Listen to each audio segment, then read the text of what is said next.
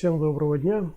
Сегодня у нас, я думаю, такая интересная достаточно тема. Я сегодня в наушнике буду, в отличие от обычной практики, потому что мне надо будет прослушивать те материалы, те видеоматериалы, с которыми мы сегодня будем с вами знакомиться. Эти материалы нам предоставлены нашему каналу людьми, которые на это выразили свое согласие. И я думаю, что эти материалы будут не менее интересны, чем какие-то предыдущие, с которыми мы с вами знакомились. На самом деле не факт, что мы справимся за один стрим с этой темой. Тема, вы видели уже, да, заявленная, это начало конфликта, готовность, неготовность. И по этой теме, в принципе, кажется, нечего совершенно сказать. В общем, тема достаточно простая. По крайней мере, основной вопрос, который был задан, этот вопрос был задан мне, а я переадресую его вам. И я как бы забегаю вперед. Вы обязательно ознакомитесь с этим вопросом буквально в видеоматериалах, которые нам будут доступны. Так вот, основной вопрос заключался в том, есть ли в традиции, ну то есть в традиционных боевых искусствах, что-нибудь, что позволяло бы быть максимально готовым к какой-то конфликтной ситуации. Готовым я имею в виду психологически, физически, технически и так далее. Или, сказать точнее, ну, как сказали бы какие-нибудь не очень такие дружелюбные люди, не быть лохом, да, просто в начале ситуации какой-то. Одну секундочку, Богдан Бортник пишет: приветствую, Станислав, привет, Богдан. Вася Васин пишет: Мирасан Конбалва, Станислав Сан, доброго вечера и вам. Так вот, вообще на этот вопрос ответить очень легко. И я думал, что сначала, вернее, подумал, что для этого нет смысла выносить это на стрим, но после подумал, что, наверное, у нас есть целый ряд заинтересованных достаточно в этой теме людей, и почему бы, собственно, нам это не обсудить. А дальше так получилось, что и в процессе дискуссии в Телеграме, в нашем, ну, в чате, который прицеплен к нашей группе, все ссылки, кстати, внизу, кому интересно. Так вот, в результате этого обсуждения как-то так постепенно стало выявляться большое количество подтем, параллельных каких-то тем, параллельных вопросов там и так далее. Ну и, в общем, в итоге построился целый ассоциативный ряд, с которым вот не факт, что мы справимся за один стрим, но все-таки мы с вами постараемся. Да? В любом случае, мы что-то обсудим по этому поводу. Если что-то перенесется на следующий стрим, я думаю, это тоже совершенно не страшно. Будем обсуждать еще. И, конечно, надеюсь на ваше активное участие в обсуждаемом вопросе. Потому что, еще раз напомню, этот вопрос был задан лично мне, ну а я переадресовываю его вам. Как раз надеюсь на то, что вам, во-первых, эта тема будет интересна и близка, а во-вторых, что вы все-таки повлияете на какие-то, ну, окончательные выводы, что ли, ну и на обсуждение, конечно. Вася Васин пишет: тема действительно интересная, так как это один из минусов спорта. У них с этим явные проблемы. Да, совершенно верно. Вы уже опережаете меня. И мне это очень нравится. У нас уже с несколькими бойцами на этом канале такие вещи вот у нас происходят, когда я только начинаю какую-то тему, и меня уже опережают надолго, на несколько шагов вперед, как бы вы смотрите. Это замечательно. И мы обязательно к этому вернемся, к этому утверждению. Но сейчас давайте сначала мы все-таки посмотрим какие-то отдельные предоставленные нам материалы. Хорошо? Одну секундочку. Конфликтная ситуация никогда не начинается вот так. Но мы же не стоим вот так, не разговариваем с людьми. Мы разговариваем с людьми, вот конфликтная ситуация. У него есть намерения. Я их не знаю. Нет, если я их предугадал, но это другая тема. Если я знаю, что ко мне идет, хочет меня бить, это другая тема. Я не знаю намерений, человек стоит, мы стоим, разговариваем, решаем вообще вопрос, а он неадекватный. Ну, мы знаем эти случаи, когда стоят, разговаривают, а потом бах и ударили, бах и падают, все падают. Вот, наноси боковой сильно, быстро мне в морду, вот этой рукой. Нет, сильнее, быстрее. Я отбиваю, я его отобью, он не пробьет. Даже вот еще сильнее бей. Я его все равно отбиваю. То есть я успеваю. Почему? Давай другой рукой. Он прошел, но он об локоть ударился. Ты главное, не суетись. Вот. Почему я отбиваю? Давай еще пробуй. Да не бойся, прям сильно давай, работай. Еще пробуй той рукой. Вот, работало же уже. Я отбиваю смело. Давай той рукой. С опущенной руки. Почему я отбиваю? И так нарабатывают люди. Почему я отбиваю? Потому что я знаю, что он будет делать.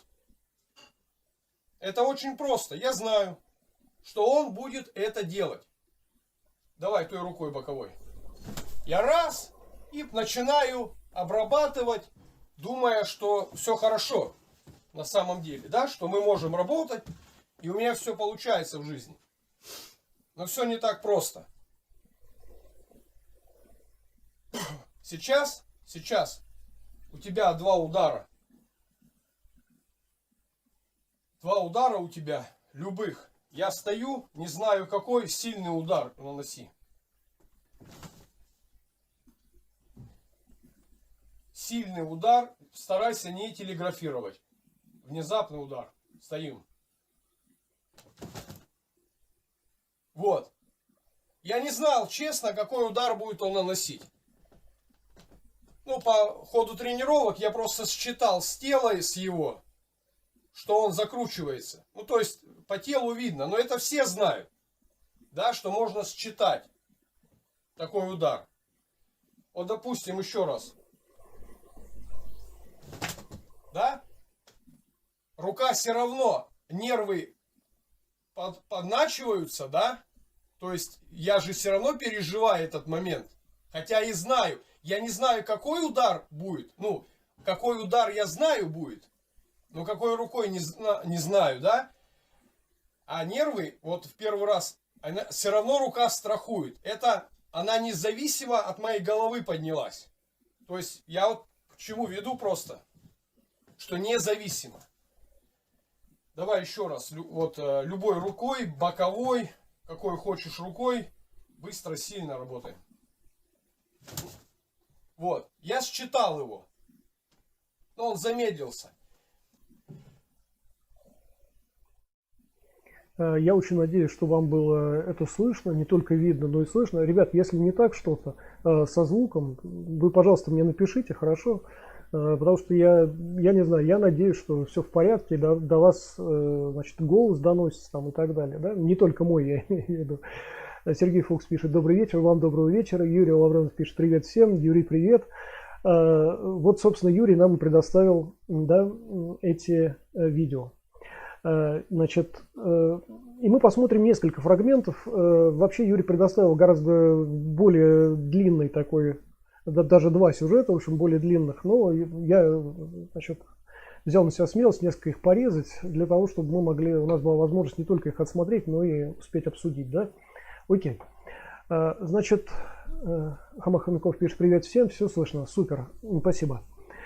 И вот давайте, если хотите, мы буквально стартуем с этого видео, да. Там, ребят, я уже сразу просто скажу, у нас наверняка будут такие люди, которые будут приходить и говорить что-то о технических особенностях исполнения того, что мы видели, будут говорить, что Юрий там вообще не винчунист, будут говорить, что он там плохо выполняет там защиту и что-то еще такое. У нас очень много таких людей, особенно сейчас у нас весна, да.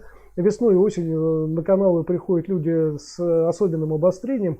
Просто немножечко опережая таких людей, я просто скажу, что мы можем обсуждать эти технические подробности, но они просто не имеют отношения к обсуждаемой теме. Еще раз, братцы, мы обсуждаем сейчас вопрос начала конфликта, вопрос, ну там, скажем, условно говоря, первого удара или первой серии ударов там и так далее, а не то, насколько тот или иной боец хорошо или плохо исполняет что-то, что мы видим. Кстати, позже мы посмотрим еще исполнение другого бойца.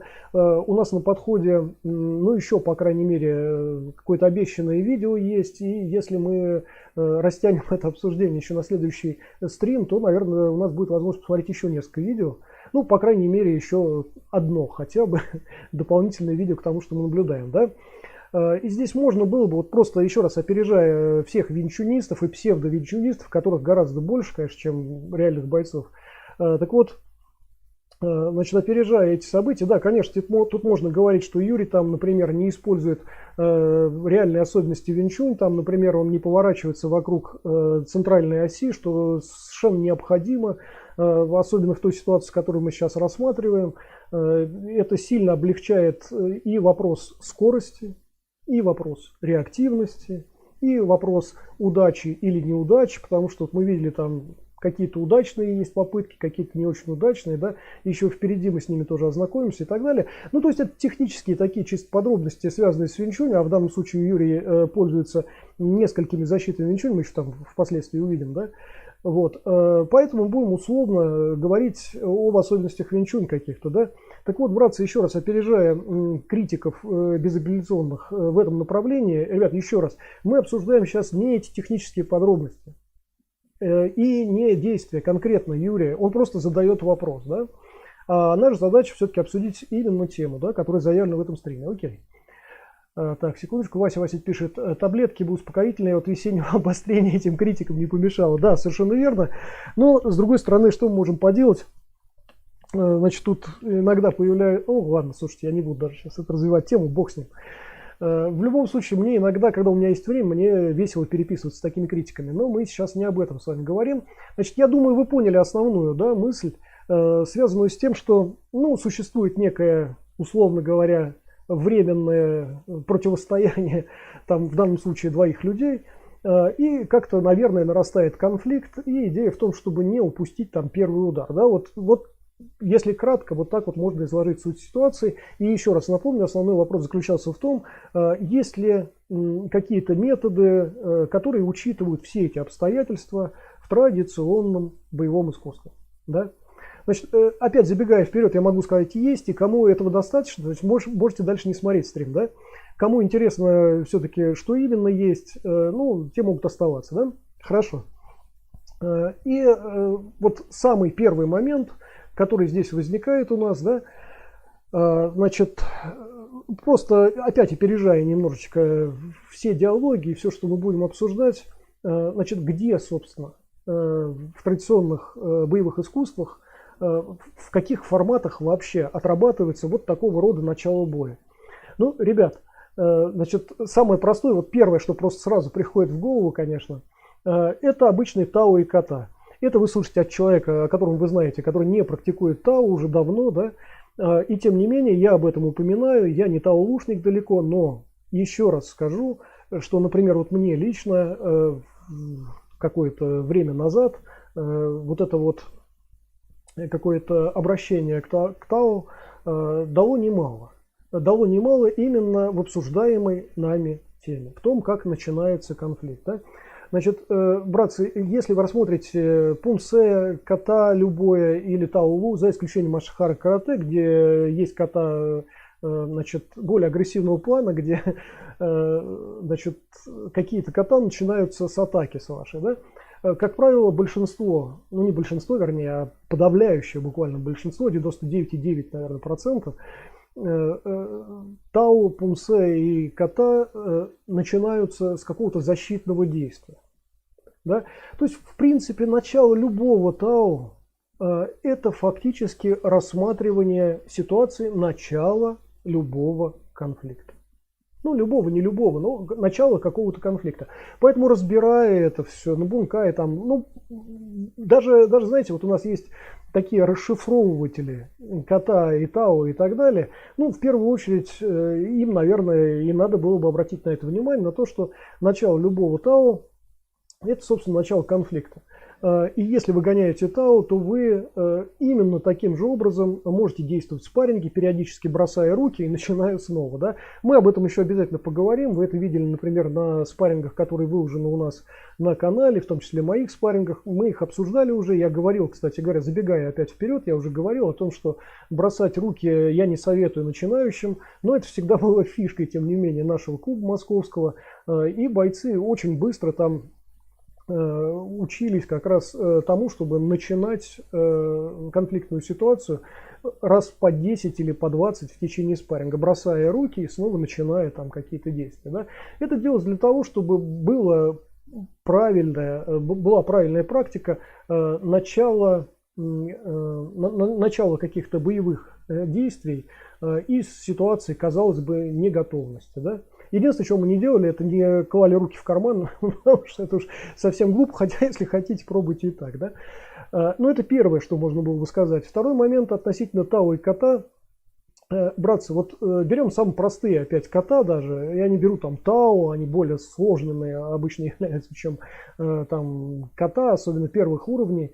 И вот возьмем какой-нибудь Пинан, например, и мы обращаем внимание на какую-то геометрию действия основную. Да? Ну вот идет человек, условно говоря, вперед, делает там несколько шагов. Да? Потом он поворачивается, делает несколько шагов влево. Потом разворачивается на 180, делает несколько шагов там вправо, например, и так далее. Да? Вот эти моменты, когда человек поворачивается на 90 градусов, на 180, на 270 порой или на 360, но это не будем рассматривать. Вот на все эти углы поворота это опять новое начало, значит, условного, предполагаемого конфликта, причем из ситуации уж совершенно неподходящей, даже не такой, какую мы сейчас вот смотрели на фрагменте на этом, да, когда люди вот буквально фронт во фронт стоят там и так далее, а эта ситуация еще более сложная, когда, ну, по сути, противник нападает на вас сзади. И когда вы разбираете это, да, это Тао, например, да, то действительно ваш партнер именно сзади должен находиться относительно вас. Да? То есть фактически вы, гоняя Тао, вы раз по нескольку, по крайней мере, в течение одного Тао только, да, вы гоняете начало конфликта. То есть, вот еще раз, кому дальнейшее обсуждение уже не интересно, и кому достаточно одного вот такого короткого ответика и всего лишь одного рецепта, да, те могут дальше не смотреть. Фактически я уже ответил на вопрос Юрия, где и как в традиции можно рассматривать вот начало конфликта. Да? Ну, на самом деле, конечно, тема этим не исчерпывается, и мы дальше будем с вами продолжать это обсуждать. Сейчас, секундочку. Вася Васин пишет. Юрий демонстрировал технику защиты из естественного положения. Главное, чтобы он мог применить это в бою вовремя, а остальное уже не так важно. Да, именно об этом, собственно, Юрий и именно с этим и обращается, как говорится, к нам с вами. Не в том смысле, что он не умеет что-то или не знает. Просто ему, ну не знаю, ну вот такой вопрос возник, и мы его обсуждаем с подачи Юрия. Хорошо. И да, именно его основной вопрос, как успеть. Вот это и есть самое главное. Да? Значит, братцы, смотрите, у нас целый ряд таких фрагментов есть, и мы будем их отсматривать в течение. Значит, если хотите, мы будем постепенно двигаться, просматривать опять фрагментик, да, обсуждать его, просматривать, обсуждать там и так далее. Да. Если хотите, мы можем надолго прерываться, я буду что-то наговаривать вокруг этой темы, вы можете присоединяться к этому обсуждению, и потом только переходить будем к следующему фрагменту, например. Да. То есть у нас вариантов на самом деле много, и я буду действовать так, как вы желаете, например. Да. И, в принципе, у меня нет жесткого плана того, каким образом лучше там или хуже рассмотреть эту тему. Хотя у меня, как я сказал, достаточно много на этот счет различных моментов. Ну, например, мы могли бы сейчас, скажем, говорить о том, что... Сейчас, секундочку, у меня чуть-чуть тут уехало все, да? Одну секунду. Прошу прощения. Да. Например, мы можем говорить о том, что вот то противостояние, которое мы наблюдали сейчас в видео, когда вот просто фронт во фронт люди стоят, да, это противостояние, ну понятно, такого больше единоборческого плана, согласитесь. Значит, ситуация, при которой мы один на один в конфликте, ну ладно, это ситуация там 50 на 50, да, как сказала бы блондинка. То есть мы можем противостоять один к одному, один к двум, один к трем. Это, как говорится, ситуация как повернется. Не всегда это вот так бывает. И в этом смысле не всегда мы находимся фронт во фронт. Да? То есть пока мы там беседуем с одним, да, в это время там сзади, слева, справа, да, что угодно происходит. И если мы настроены на вот это вот тоннельное зрение, на тоннельное восприятие ситуации, ну, наверное... Шансов у нас не так много, давайте так скажем, хорошо? Поэтому вот это вот противостояние, вот то, которое мы сейчас наблюдали, оно не совсем реальное. Вот давайте с этого начнем просто, да? Ну, вернее, это один из ассоциативных рядов, которые мы сейчас можем развивать, да? Сейчас, одну секундочку, Вася Васин пишет, думаю, сейчас можно посмотреть еще один фрагмент. Хорошо, мы посмотрим сейчас еще один, ну, тогда я сейчас закончу вот немножечко по этому поводу, хорошо? А потом посмотрим следующий фрагмент, да? Так вот, это противостояние, вот, которое мы сейчас наблюдали, фронт во фронт, оно не реальное, скорее тренировочное, я бы так сказал. В реальности такая ситуация, но она не очень перспективна для обеих сторон, во-первых. Разве что ваш оппонент, вот этот единственный оппонент, который фронт во фронт стоит, он уж настолько уверен во всем и уверен, что сзади там к вам подбирается еще 10 таких же противников, и тогда вот это фронт во фронт вполне его, например, тоже может устроить. Еще один вариант, еще один момент, это момент ступора. Значит, вообще вот эта вот ситуация, которую мы сейчас наблюдали, когда мы просто фронт во фронт стоим, ну ладно, хорошо, будем считать, что это некая гипотетическая ситуация, которых, вот, например, у меня в жизни не было вообще. У меня другой подход к таким событиям. И какой, я позже обязательно расскажу. Вот. И вот это вот фронт во фронт, ну, это ситуация, ну, как правило, невыгодная для обеих сторон. И это обязательно, ну, с моей точки зрения, обязательно, так сказать, предполагать какие-то потери с обеих сторон. Это не значит, что они будут. Это значит, что обе стороны уже готовы на какие-то свои потери. Да? Это не очень правильная расстановка сил. Это как если бы мы наблюдали батальное сражение, и оба полководца с обеих сторон заранее просто готовы пожертвовать там половиной своего войска, например. Да? Но это какая-то немножечко такая не очень правильная ситуация, и, скорее всего, не очень реальная. Вот. И вот этот вот ступор, когда одна сторона стоит и ждет начала конфликта с другой стороны, это иначе нельзя назвать как ступором, с моей точки зрения. Это означает, что вы вот уже все просто. Значит, вас поймали на чем-то, вас грузят, а там реально, ну, по идее, я так предполагаю, что Юрий предполагает, что во время вот этого противостояния еще как-то вас грузят. Да? Ну, позже, по крайней мере, мы об этом услышим. По крайней мере, в оригинале видео там было о том, что там нарастающее напряжение некое присутствует, там, конфликт постепенно нарастает, и, в общем, так далее, и так далее. Так вот, ситуация, когда вы оказались в ступоре уже с самого начала, да, ну, я не знаю, это ситуация, когда вас застали настолько врасплох, что вы не можете пошевелить рукой и ногой. Ну, наверное, такая ситуация уже предполагает, что этот ступор вам в принципе не помогает, и в ближайшем будущем, скорее всего, вы как раз опоздаете. Ну, то есть это с самого начала уже предположение, да, такое. И по действиям Юрия мы, в принципе, слегка наблюдаем небольшие подвижки именно к такому развитию событий. Само по себе это неправильно. Значит, братцы, если мы бойцы, то мы мыслим стратегически. Я хорошо понимаю, что там начинающий боец рассчитывает на 1-2 своих удара, которые его обязательно подведут, ну, если только он не столкнулся с совсем уже никудышным противником, да, и одним причем. Вот. А большинство бойцов даже уже на каких-то первых этапах, там первые 2 месяца, например, более или менее обучения, я имею в виду сопряженного еще со спарринговой практикой там, и так далее, да, эти люди начинают уже мыслить все-таки стратегически. И вот такое противостояние, долгое или недолгое, но связанное с каким-то ступором, это явно стратегический проигрыш. Наша задача всегда выигрывать во всем. Выигрывать вместе.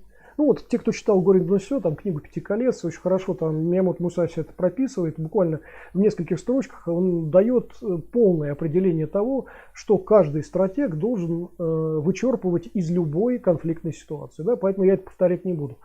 Там и особенности местности надо учитывать, и особенности временные, например, какие-то и так далее. И при этом я не говорю, что мы должны знать астрологию или астрономию. Я не это имею в виду. Я имею в виду темное время суток, светлое время суток. Я имею в виду наличие окружения, окружающих людей или их отсутствие. Я имею в виду там еще что-то еще. Вы понимаете, да, если у вас стена за спиной, например, там вас прижали к стене или там еще что-то такое, или из-за угла на вас набросились, там, да, ну то есть понимаете, да, здесь какие-то есть ситуационные моменты чисто, как сказать, топографического плана, я не знаю, как это еще назвать, там такого ситуационного что ли плана, да, особенности местности, то, что называется обычно. Вот, мы в том числе и эти вещи должны учитывать, да. Окей. И в этом смысле вот такое противостояние, как я уже сказал, оно нереально. Ну, может, для кого-то реально, здесь наверняка есть люди, которые проходили через это и, наверное, проходили с негативным опытом. Еще раз, потому что такое противостояние, значит, иначе, чем несущим некий негативный дисбаланс и ваш дискомфорт там какой-то, да, совмещающий с вашими действиями и мыслями о том, что будет или не будет и как это будет развиваться, да, вот это вот все там точно присутствует именно потому, что вот такая ступорность ситуации, ну, она просто против вас, и она фактически продиктовано тем, что вы не мыслите стратегически, да, просто. Наверное, так. Секундочку. Иван Иванов пишет: доброго времени суток, добрый вечер. Так вот, давайте двинемся дальше. Хорошо, давайте посмотрим еще один сюжетик сейчас. Одну секундочку. Что касается это боковых ударов. Техника рабочая. Вот именно техника защиты рабочая. И много говорят, что боковые не отбиваются. Чтобы хорошо пробить боковой, надо его замаскировать. Сразу это, тем более с дистанции, тем более... Ладно, не об этом. Следующая мысль. Ближе подойди сюда, чтобы так было видно. Следующая вещь. Прямые. Прямой удар снизу. Давай, как вот ты делал. Вот. Нет, не поднимая руку. Но не быстро, пока медленно я буду объяснять. Вот он, удар прямой идет в лицо. Отбить его с опущенных рук нереально вообще. Убрать тело нереально. Можете попробовать. Нанеси мне вот сюда в плечо, в грудь. Быстро прямой удар. Я попробую телом сработать. Вот давай. Он попадет. Я ничего не сделаю. Так массу не убрать. Руки так быстро не поднять. Здесь идет дуга. То есть дуга и вот этот удар. Допустим, вот такой удар. Вот обычный удар в лицо. Там в боксерской манере. Горизонтальный, вертикальный. Тяжело. Поэтому я уже на своих наработках. Все знают, да, Винчуни. Вот это положение. Вот. И такая же позиция в разговоре. То есть эта позиция, сейчас я объясню. Давай боковой, вот той рукой. То есть, да, понятно, что с этой позиции она еще быстрее выстреливает. Проблема здесь зажатие руки. Вот, давай боковой той рукой. То есть я могу здесь просто поднять локоть. Давай теперь сделаем любой удар. Левой, правой, неважно, вот любой удар боковой.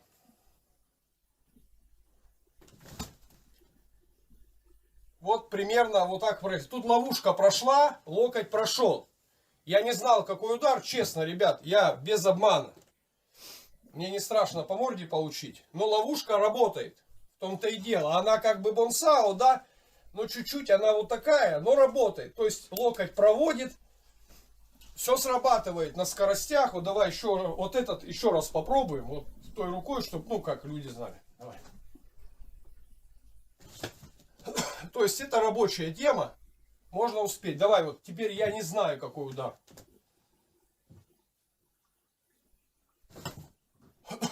То есть вот так. Почему это положение? Положение почему? Потому что внутренние органы уже прикрыты. А вдруг нож, да? Мы же не знаем. Вот. Вот мы посмотрели с вами еще один небольшой отрывочек. Сейчас, одну секунду. Василий пишет: добрый вечер. Вам доброго вечера. И здесь я хорошо понимаю, что здесь могут быть некоторые спорные там моменты, спорные слова насчет того, что значит, не успеешь повернуться, там, например, ну, ребят, которые работают, ребята-винчунисты, и не только, которые работают с центральной линии, да, успевают, конечно, повернуться, и там руки вообще у многих работают просто как страховка фактически, так что этот момент мы не будем обсуждать, это личный опыт разных людей, разных бойцов, кто-то не успевает, кто-то успевает, поэтому мы опять не это обсуждаем, да, значит, по поводу того, успеет опять рука подняться или не успеет, там было утверждение, что там рука не успеет подняться, но это, ребят, тоже отдельный вопрос, который отдельно рассматривается. Ну, если хотите, я вас адресую к тому, что уже говорилось неоднократно и в уроках нашего канала, и на стримах мы обсуждали, да, и так далее. И, в общем, эта тема уже давно уже как бы исчерпана. Тему того, что ваше защитное действие должно быть, ну, по крайней мере, поначалу хотя бы, когда вы только начинаете обучаться и действительно хотите быть защищенным, не просто поколотить противника, как вот многие считают, да, и в итоге бывают поколочены сами. А люди, которые хотят боевыми искусствами заниматься, они в первую очередь думают о своей защищенности. Еще раз напомню, если вы защищены, вы всегда сможете проатаковать противника. Если не защищены, противник всегда сможет проатаковать вас. Да?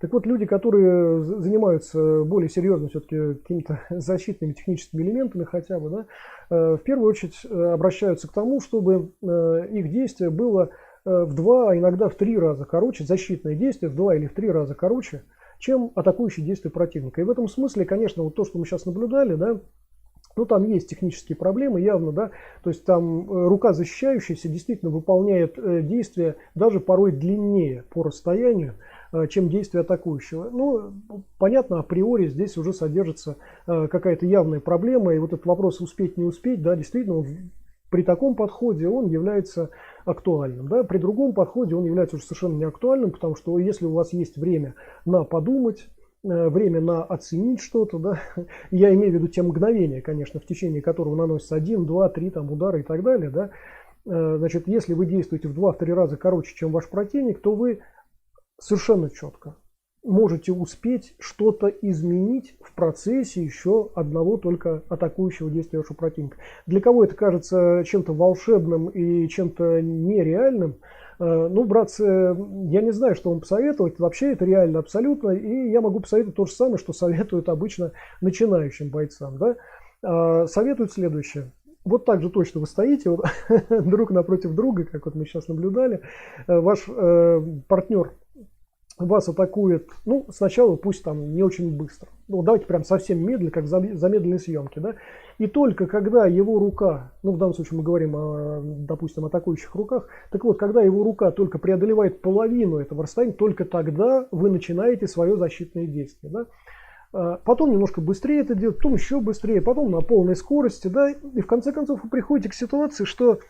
собственно, и проблемы-то нет никакой. Вы можете действительно действовать в 2-3 раза значит, быстрее, чем ваш противник, или опаздывать за ним на половину его действия, или даже на 2/3 его действия вы можете, собственно, задержаться.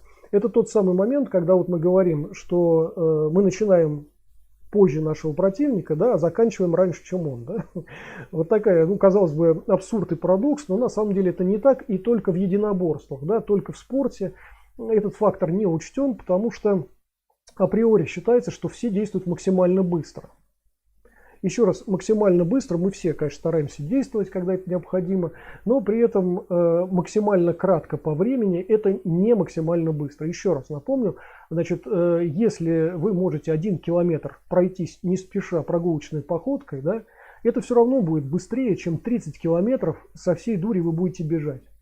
Вот все равно вы дойдете быстрее. А почему? Да потому что расстояние короче. Понимаете, да? Вот об этом и речь. То, что мы называем скоростью, часто вообще не является скоростью. И нам опережать порой никого не надо. Нам просто надо действовать, ну, например, короче по расстоянию. Да? Это один из вариантов решения. Опять.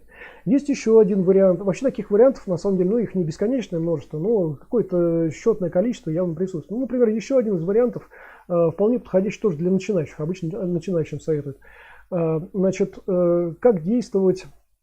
опять в 2-3 раза быстрее, например, чем ваш партнер, да, просто попробуйте выполнить 2-3 действия в течение его одного действия.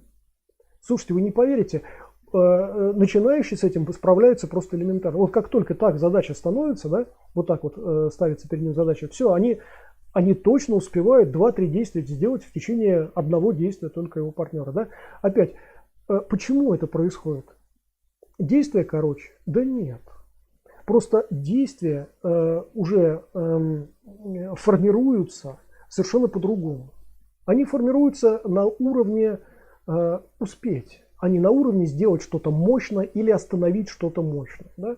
И если это возможно, а вот те варианты, которые я перечислил, они реально возможны, опять же, новички с этим справляются очень быстро и начинают внезапно тихонечко офигеть, что как же, как я раньше-то жил без этого, да? Что же мне раньше-то это в голову не приходило, это же так просто.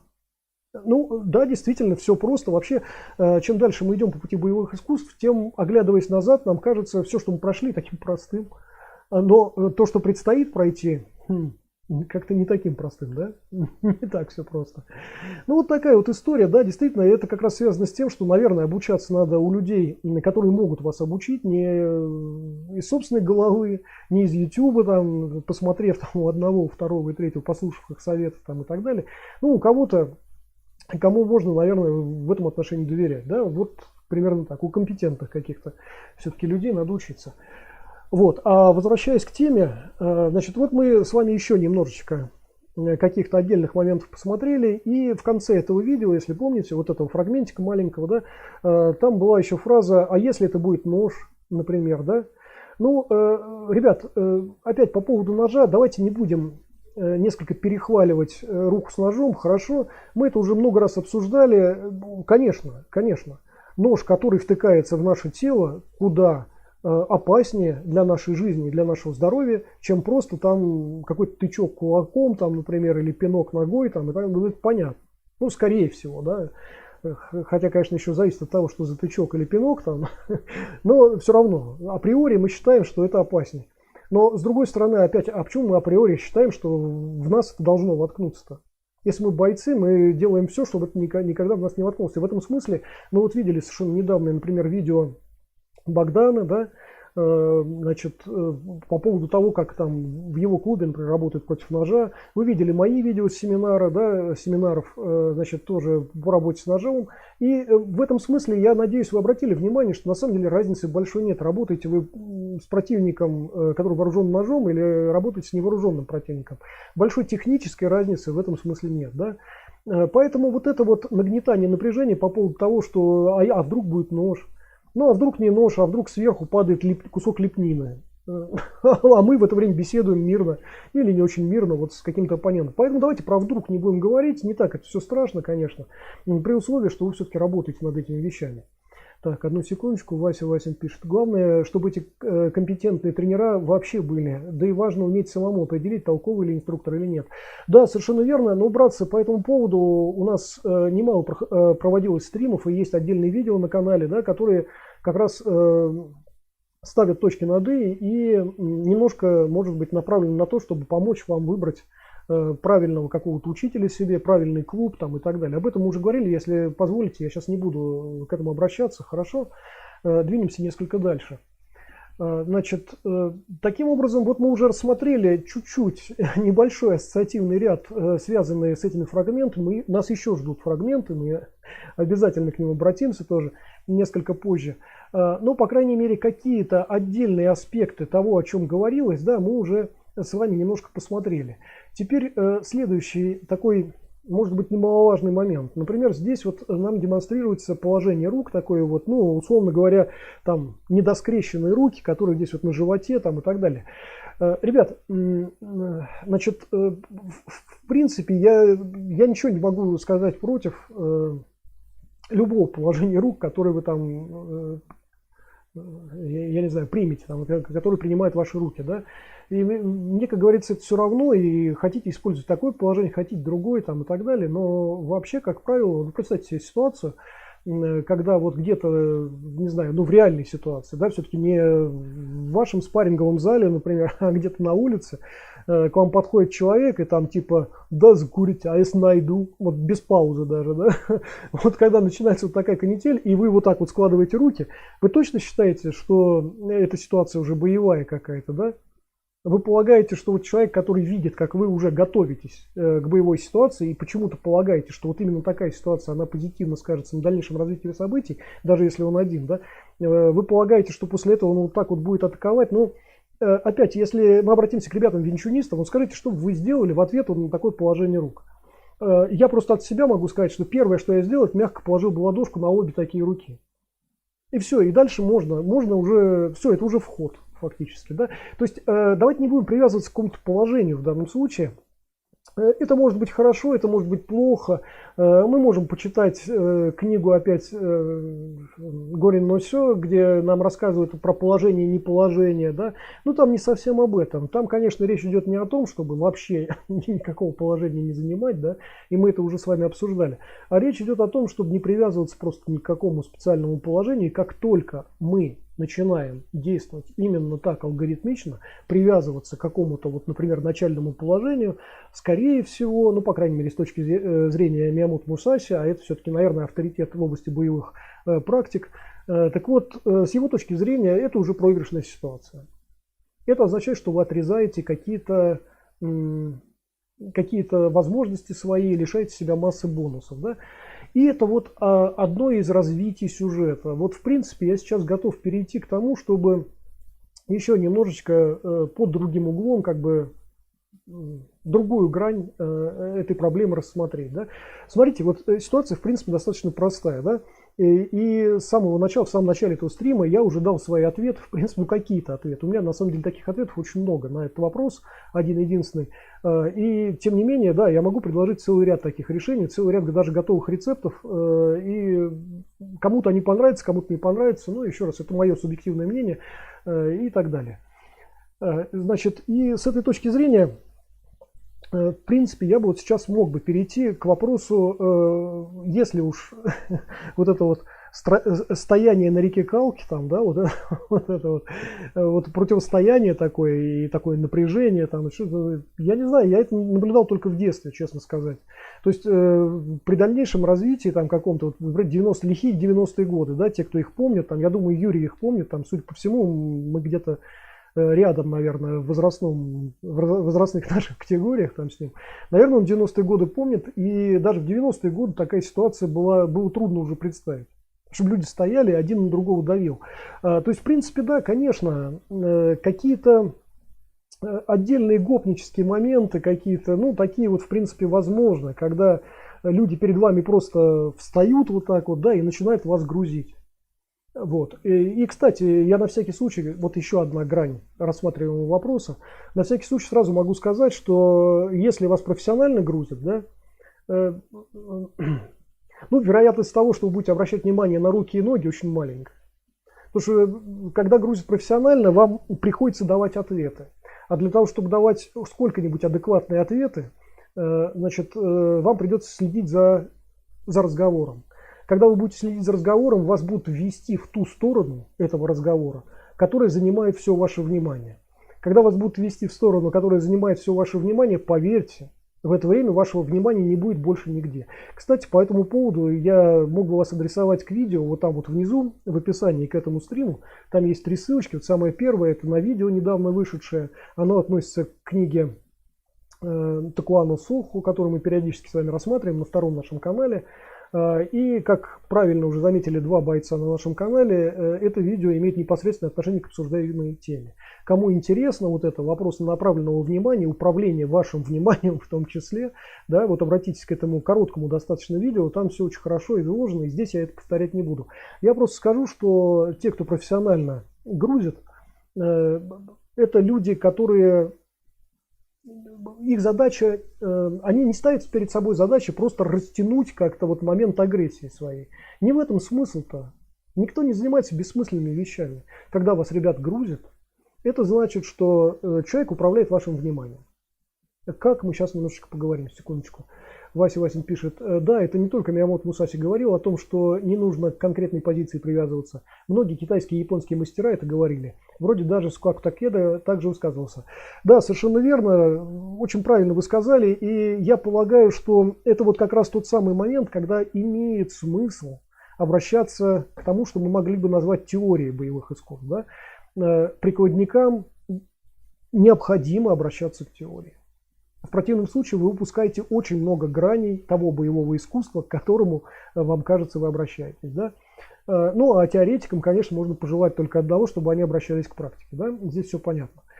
Так вот, возвращаясь к теме вот такой прогрузки, ну, смотрите, там вот несколько целей обычно существует. Я просто говорю из своего личного опыта, он у меня есть в определенных аспектах бытия там какого-то.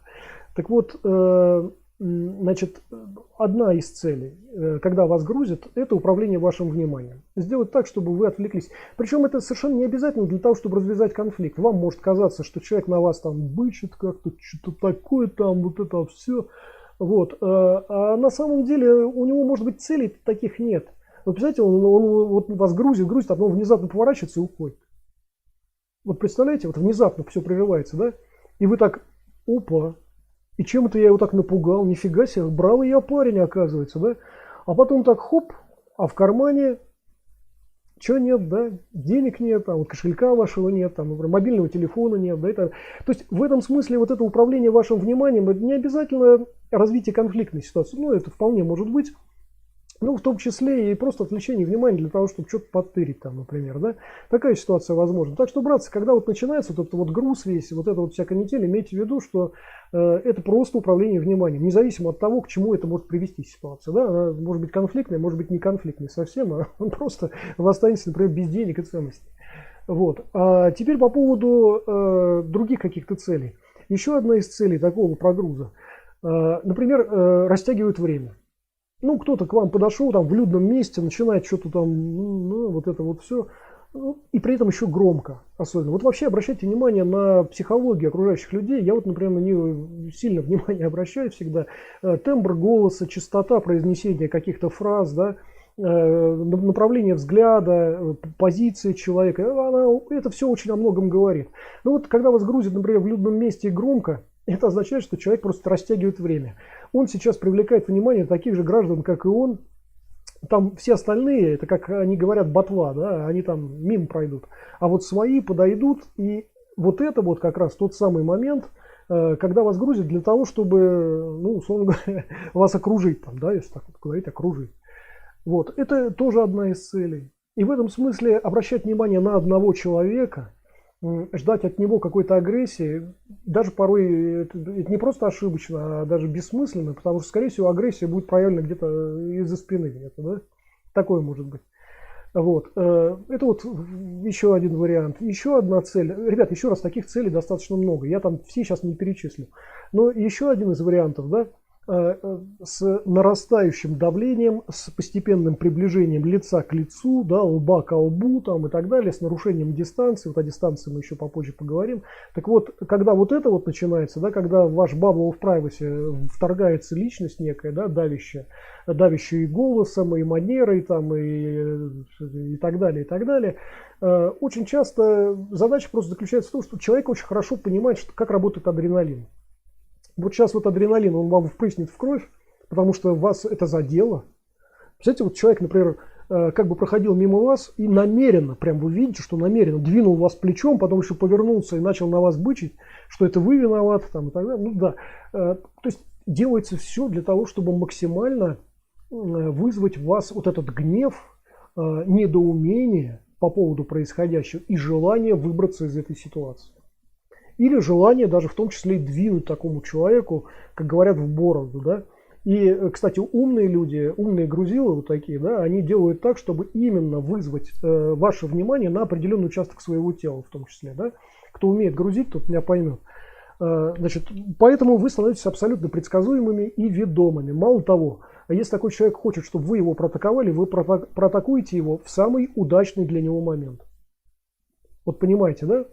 Он может это сделать под камеру, он может это сделать там еще как, ну понимаете, да? Такая вот история. Поэтому это все управление вашим вниманием. И, как я уже сказал, наадреналинность, да, еще вот одна тема, это вот эта наадреналинность, когда, значит, адреналин впрыскивается в кровь, вы в течение очень короткого времени, вам кажется, что вы на многое способны, а потом что у вас происходит? Все, конец, ступор. Вот тот самый ступор, который, вот ступорную ситуацию фактически мы наблюдаем, формируемый в этих фрагментах, да. Это вот тот самый ступор, когда вы почему-то не двигаетесь, а у нас здесь вот Юрий как раз не двигается и ждет какого-то обоснования своего движения, будучи ведомым от своего оппонента. Причем единственного, еще раз напомню, Не потому, что здесь один единственный, а потому что положение Юрия именно такое. Тоннельное зрение, отношение только один к одному, да, фронт ко фронту там, и так далее. Ну, там сразу видно, что это положение такое единоборческое, а не боевое. Еще раз, Юрий, я прошу прощения, я не хочу вас обидеть или еще что-то. Я просто рассказываю о том, что я конкретно здесь вижу. Да. Я не говорю, что вы там единоборец. Я просто вижу, что это единоборческая ситуация. Да. Надеюсь, что вы разведете эти вещи, на меня не держите обиду. Да. Так вот, значит, когда ситуация именно такая, да, когда вы ведомы, когда вы уже вот в этом ступоре, когда вас загоняют в ступор, да, ну все, человек добился своего. Потому что после этого, знаете, у кого-то коленки начинают дрожать. Не потому, что он боится, он вообще ничего не боится, все в порядке с ним. Нормальный человек, ничего не боится. Но коленки начинают дрожать, потому что все уже, отработал вот этот вот адреналинчик. Дальше конец. Дальше этот человек действовать не может. По крайней мере, адекватно. Он будет делать все поздно, все нелепо. И с ним, в общем-то, уже... Ну все, это уже, так сказать, готовый клиент, да? Такая вот штука. Ну и так далее. Можно перечислять вот и дальше какие-то цели по этому поводу, когда вас прогружают. Но в целом все эти ситуации, вообще все подобные ситуации, все имеют одинаковое позиционирование, да, ну вот такое примерно, которое мы видели на этих фрагментах, и одинаковые примерно решения. Вот по этому поводу, если хотите, что-то тоже скажите по поводу решений каких-то, которые у вас возникают на этот счет, да, значит, ну, например, в моей практике, если вам интересно, или в практике там московского клуба нашего, да, это были ситуации, где мы рассматривали не такие положения. Вот нет, мы можем, конечно, начать с любого положения, мы можем начать из положения фронт во фронт, мы можем начать из положения фронт к спине, да, то есть когда у вас там противник за спиной, например, как вот это говорилось в начале этого стрима, или когда у вас один противник впереди, другой сзади, а один слева, другой справа, там, и так далее, да, то есть в принципе можем рассмотреть вообще любую ситуацию из подобных, да, и это опять не значит, что вот такое положение должно быть для вас статичным, что оно должно быть для вас ступорным. На самом деле позиция-то расставляется, в этот момент позиция расставляется противной стороной.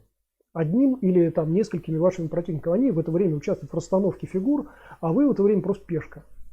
Вот о чем я говорю. Это то, вот, о чем было сказано в начале стрима, когда либо вы стратегически мыслите, либо вы за вас все уже решили. Это как с выборами, знаете, если вы не ходите на выборы, не, ну ладно, там в некоторых странах это бесполезно, но вообще, если вы не ходите на выборы, например, да, ну за вас решают все, да. Если вы не ставите каких-то целей в своей жизни, но опять за вас все решают. Ну, это понятно, да, совершенно. Вот. Не будьте листиком на ветру, да, который закончит свой век гниением где-то в углу, да, а будьте живым листом, который все-таки реально реагирует на вещи на какие-то, да, и сопротивляется этому ветру настолько, насколько ему это возможно. Я не имею в виду там совершенный конфликт, но об этом хорошо, мы позже еще тоже поговорим о таких вещах. Так вот, давайте, если хотите, мы сейчас посмотрим третий фрагмент, который, может быть, что-то добавит к нашей беседе. Сейчас, секундочку. Клар, а вот здесь все очень сложно.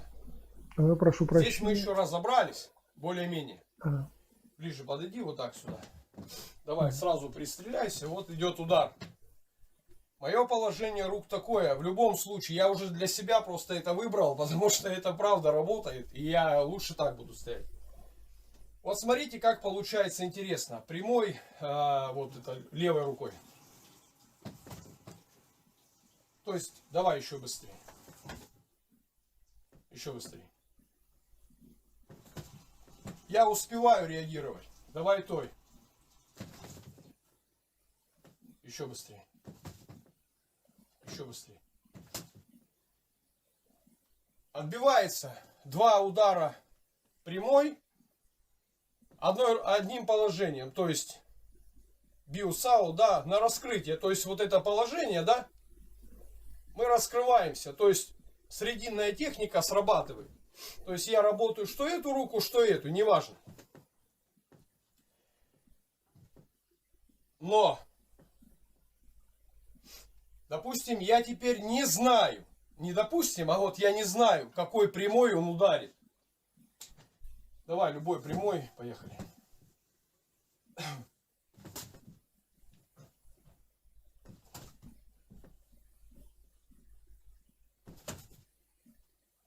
Срабатывает.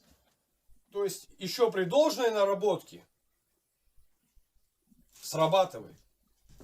Но мы не учитываем фактор. Идет разговор, напряжения не должно быть. Но это понятно. Сейчас не об этом. Там целая сфера факторов ложится, которая очень-очень-очень-очень. Поэтому вот про что я хочу сказать.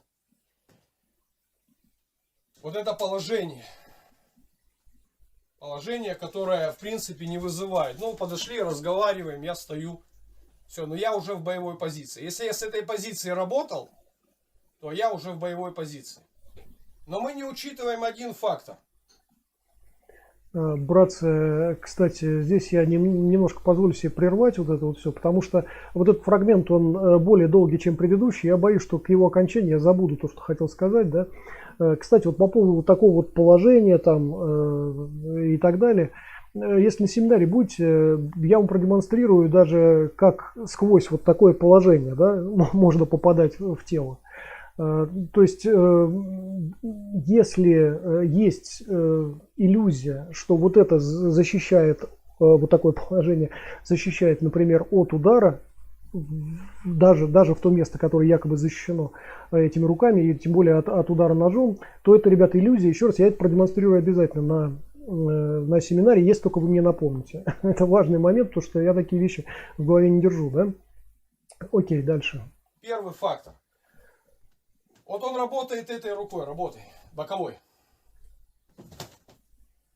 Это один удар, после чего нам надо сразу двигать на него, то есть его надо бить, если он уже начал. То есть нам надо уже включаться туда, это всем ясно, потому что за ним пойдет второй удар. Если опередить его, вот движение, давай вот, пошел удар боковой. Да, я защитился, и я уже начинаю там его обрабатывать. Но это, во-первых, первая проблема. Распознание защита, а потом атака. То есть заранее приготовить что-то не получится. Рост противника, сила, это все. Вот пока мы с ним не столкнулись, пока я не почувствовал, что вот здесь, пока оценка ситуации происходит, и потом начинается уже работа.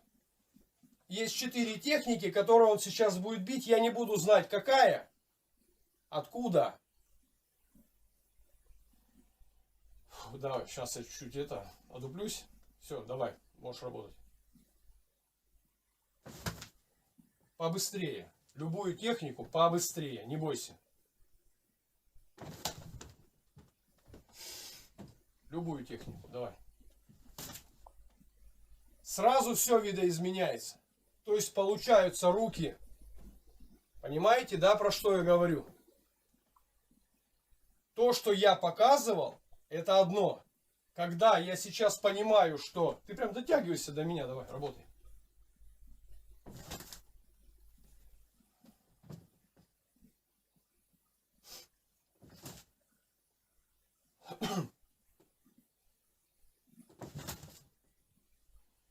Поехали.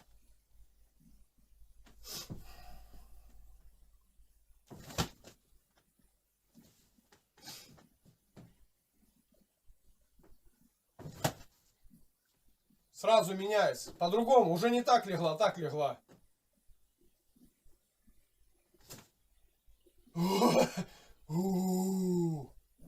Низ живота аж холодок прошел. Но отбил. Человек средний, в принципе, он молодой, быстрый. Это средний человек, ну как средний человек, который вот на улице, там, допустим, да, не подготовленный. Человек подготовленный. Вот его, я стою, мы разговариваем. Вот лицо, у меня намерение, у меня подготовка. Я хочу его вырубить. Его задача, голова так быстро не убирается. У него есть шанс убрать перчатку очень быстро. Я не показываю сейчас свою скорость, я показываю, что может произойти. Мы стоим, разговариваем. Бах! И удар. Понимаете? Я вот просто про что говорю. Стоим, разговариваем, я ему там что-то слышишь, там туда подышишь, туда-сюда, там раз, раз, опа. Куда? Это с прямыми, там вообще жесть. Боковой, я даже с левой. Стоим, разговариваем. Я там, что ты там, это, туда-сюда, там, Вася, Петя, туда-сюда, раз и ударил. То есть, он нагнулся, да, я коснулся, но голову так не уберешь. Говорят, дистанция. Да, может быть. Тоже в это верил. Вот я достаю. Вот он, допустим, сохраняя дистанцию, я не достаю. Шагая, он меня считает. Как мне его ударить? То есть мне надо сделать какой? Мне надо так замаскировать удар, чтобы его не было видно. То есть мы разговариваем, да? Опа-на! Я вошел. Была дистанция. Можно увеличить дистанцию чуть больше. То есть, но он-то уберет, это уже слишком большая дистанция. Ты там слышишь туда-сюда. Я раз и вошел. И ударил.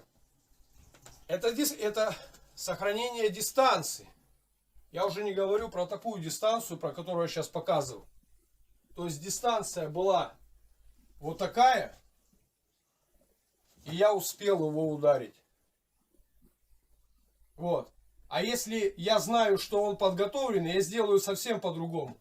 Я просто сработаю все, и я отвлек его. То, что когда мы встали, спаррингуем, рвем дистанцию, порвать дистанцию всей массой тела от такого удара быстрого не выйдет. Не пройдет. Ты меня бьешь, ты тоже встань в позицию боевую. Да, вот допустим, ты бьешь мне прямой в грудь, да, вот как нарабатываю, давай. Я отошел, да, провалил его, ну, срезал руку, и тут уже я отработал, да? Классно. Ну, хорошо же, да, получается? Давай еще раз попробуем. Стоим, да? Стоим, да, там, двигаемся, раз, я отошел, опять там все это сделал. Хорошо.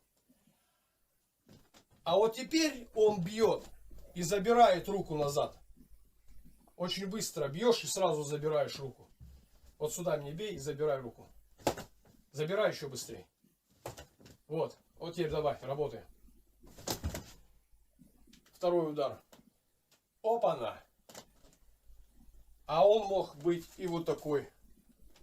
А он мог быть и вот такой.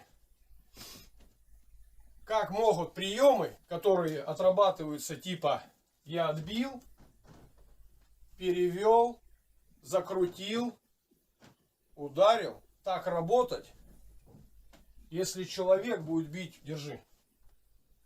Вот так он будет бить. Я, допустим, в стойке стою, мы работаем, да?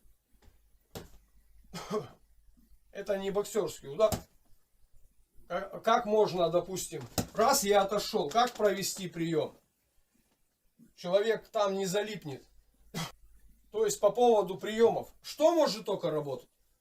Именно тот момент, когда, допустим, вот мы стоим, да, ну двигаемся, допустим, вот мы стоим, и вот пошел прямой удар, да, ну и быстро забираешь, да, раз, я зашел к нему, то есть входы-выходы. И вот уже как пойдет, и насколько что, вот так и пойдет. Заранее придумать прием на какой-то вариант не получится. Почему? Опять же, объясню очень просто. Допустим, вот большая ошибка, которую делают с бонсао, перехват и удар. Прямой удар наносишь ты мне, да, я стою, давай, допустим. Да, вот я сделал бонсао, схватил, ударил. А теперь бах и сразу забирай руку. Вот и все. А вот тут вторая рука. А это еще и на ногах. Вот я стою. И вот он наносит мне прямой удар. Нет, ты сразу забирай руку. Ты что залип-то? Давай. Вот, бонсау, подбивающий, все. Я только могу им защищаться и развивать потом атаку свою. Давай. Раз, и, допустим, я вошел. Тут руки контроль. Короче, это очень сложно на самом деле. И, собственно, я бы сейчас, конечно, с удовольствием пересмотрел часть вот этого фрагмента, как и части предыдущих, но я думаю, мы к этому еще вернемся, да? И заострил бы наше внимание на отдельных сказанных фразах и отдельных решениях, которые нам здесь предложили. Сейчас, одну секундочку. Сергей Корякин пишет: приветствую всех и вам доброго вечера. Из жизни отдыхали с другом в кафе, за столом, находящимся у нас за спиной, резко началась драка, полетели стулья.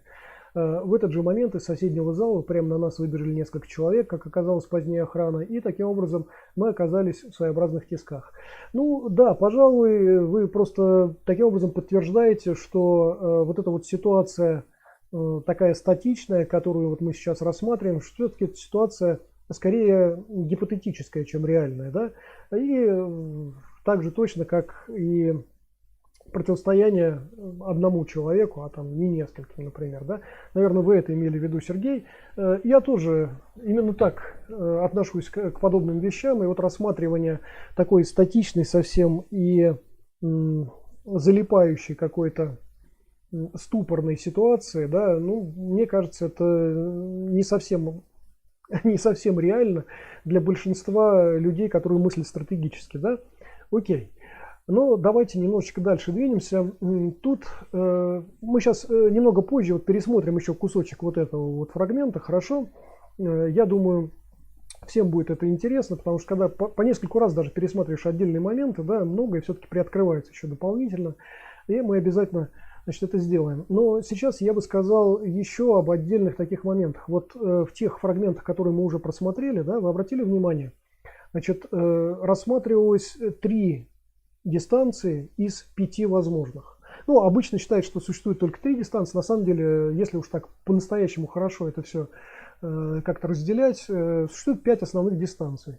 Значит, сверхдлинная, длинная, средняя, короткая, сверхкороткая, да? И вот нам показали 3 дистанции, такую как средняя, ну, условно средняя, там на самом деле, ну ладно, окей. Условно средняя дистанция, дальняя и будем считать, что сверхдальняя.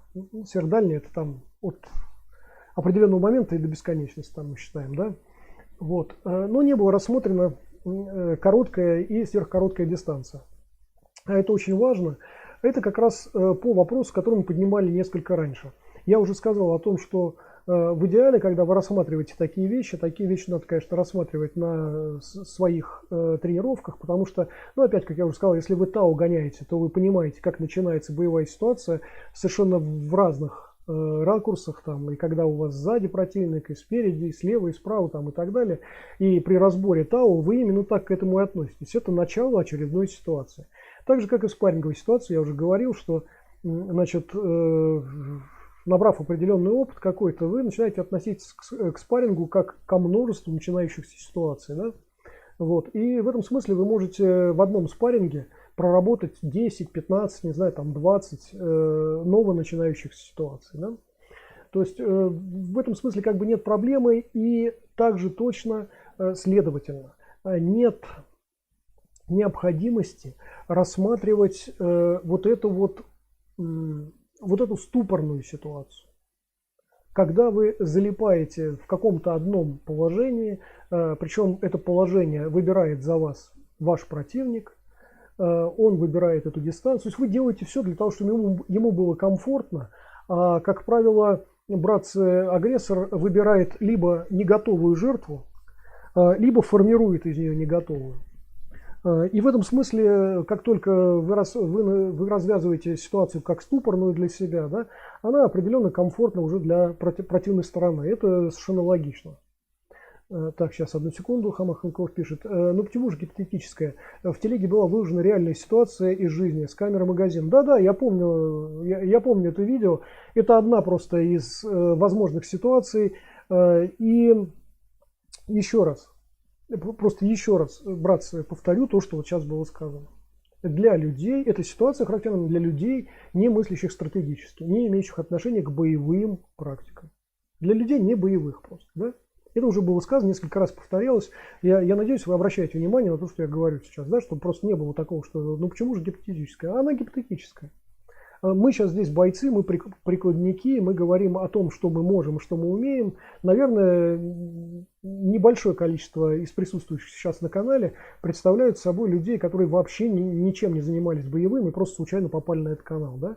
Вот эта вот ситуация, о которой мы говорим, она именно гипотетическая для нас, очень далекая от реальности, ну и может быть характерная отдельным людям, которые опять же впадают в ступор просто. Впадают в ступор в процессе вот формирования какой-то критической ситуации. Ну, она для них становится критической. Да? Для нас это просто там, ну, какая-то, не знаю, там, условно экстремальная, там, я не знаю, как это назвать. А для таких людей, конечно, критическая. Поэтому хама хомяков, я полагаю, что она все-таки гипотетическая для большинства из присутствующих здесь. Да? Окей. И я поясню то, что я сейчас сказал. Да? Вот две вещи. Первое, ваше положение первоначальное. Опять, вот такое положение фронт во фронт с одним всего лишь противником, и не задумываясь о том, что у вас там могут быть другие, да, на той дистанции, которая выгодна вашему противнику, не задумываясь о себе, и о вашем комфорте, и о вашем удобстве, да, значит, ожидая атаки вашего противника, не задумываясь о вашем комфорте и о ваших целях, этой ситуации, да, мне это кажется плохим стратегическим подходом. Значит, хороший стратегический подход. Ну, например, слушайте, братцы, опять я могу перечислять, ну, если не бесконечно, то, по крайней мере, какое-то счетное количество там каких-то случаев, которые мне придут в голову, не случаев, а решений, рецептов, да, которые мне придут в голову, например, сейчас.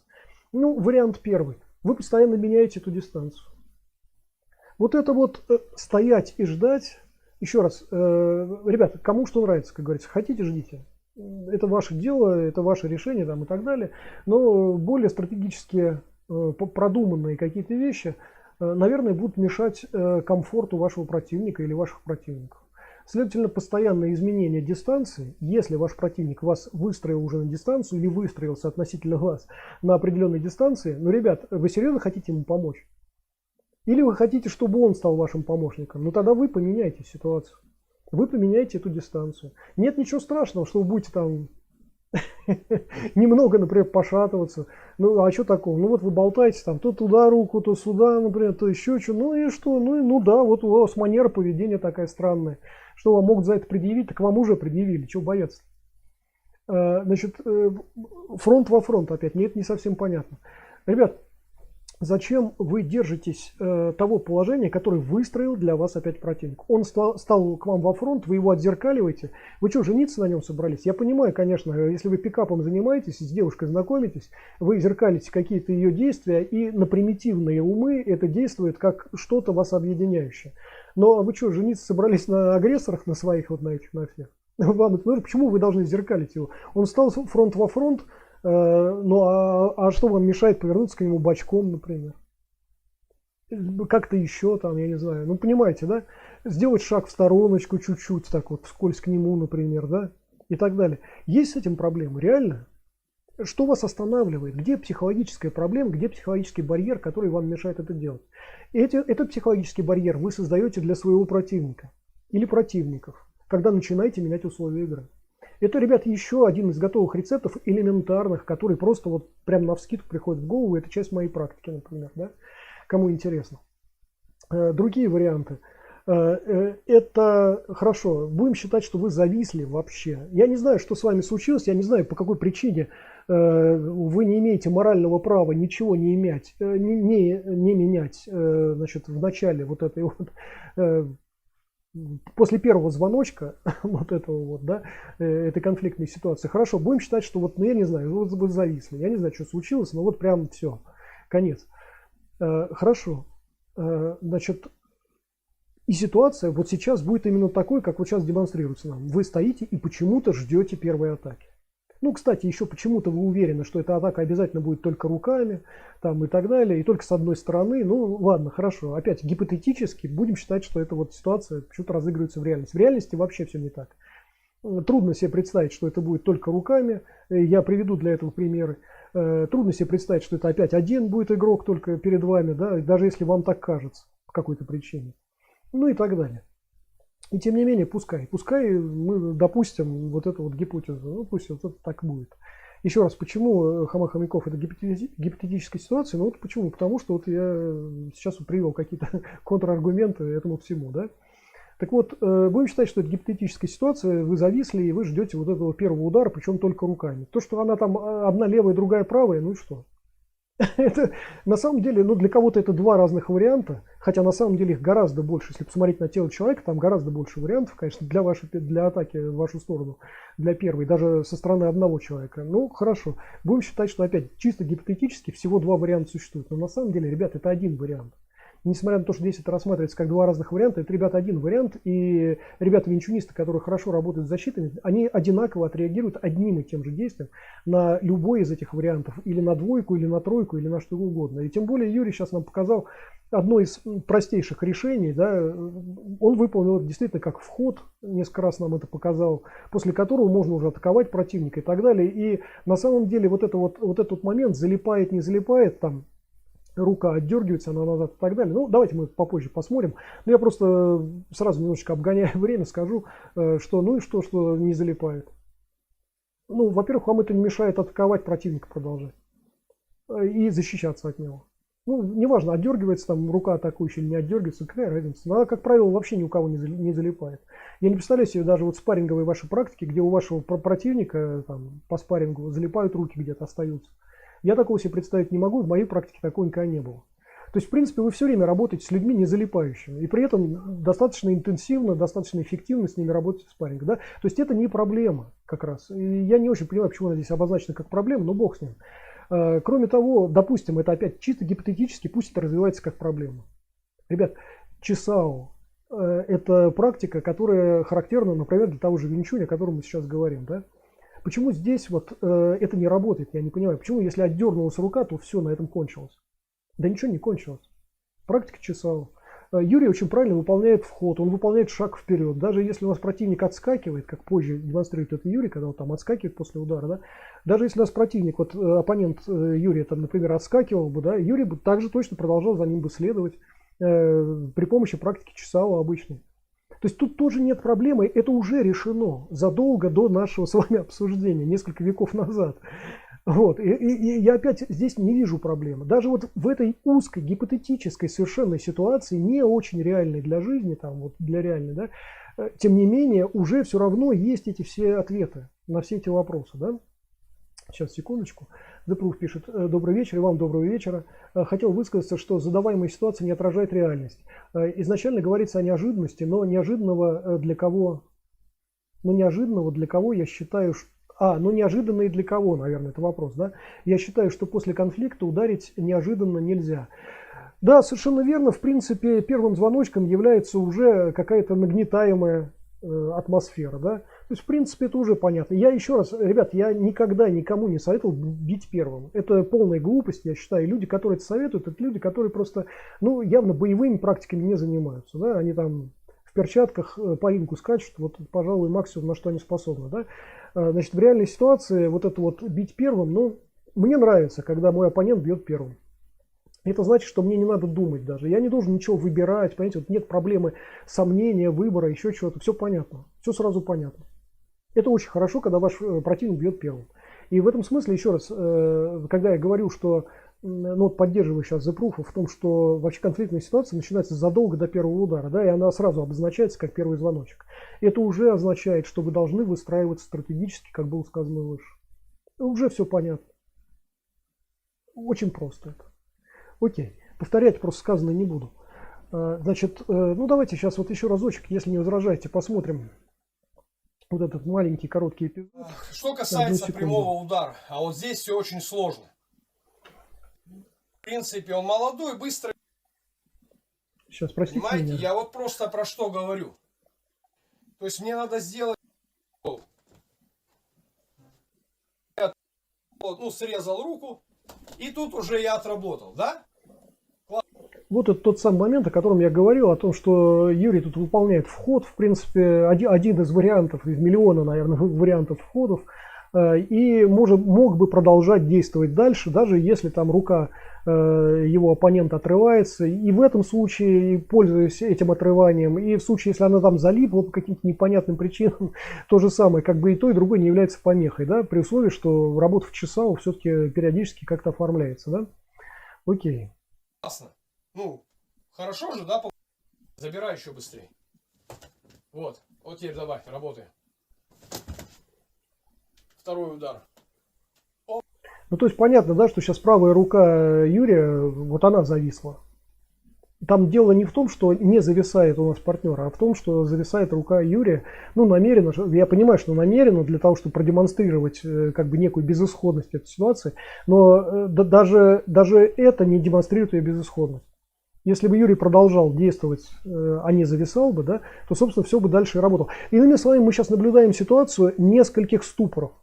Непонятных для меня, непонятно, почему они возникают, почему в начале ситуации у нас ступор, почему в ее развитии ступор, да, и так далее.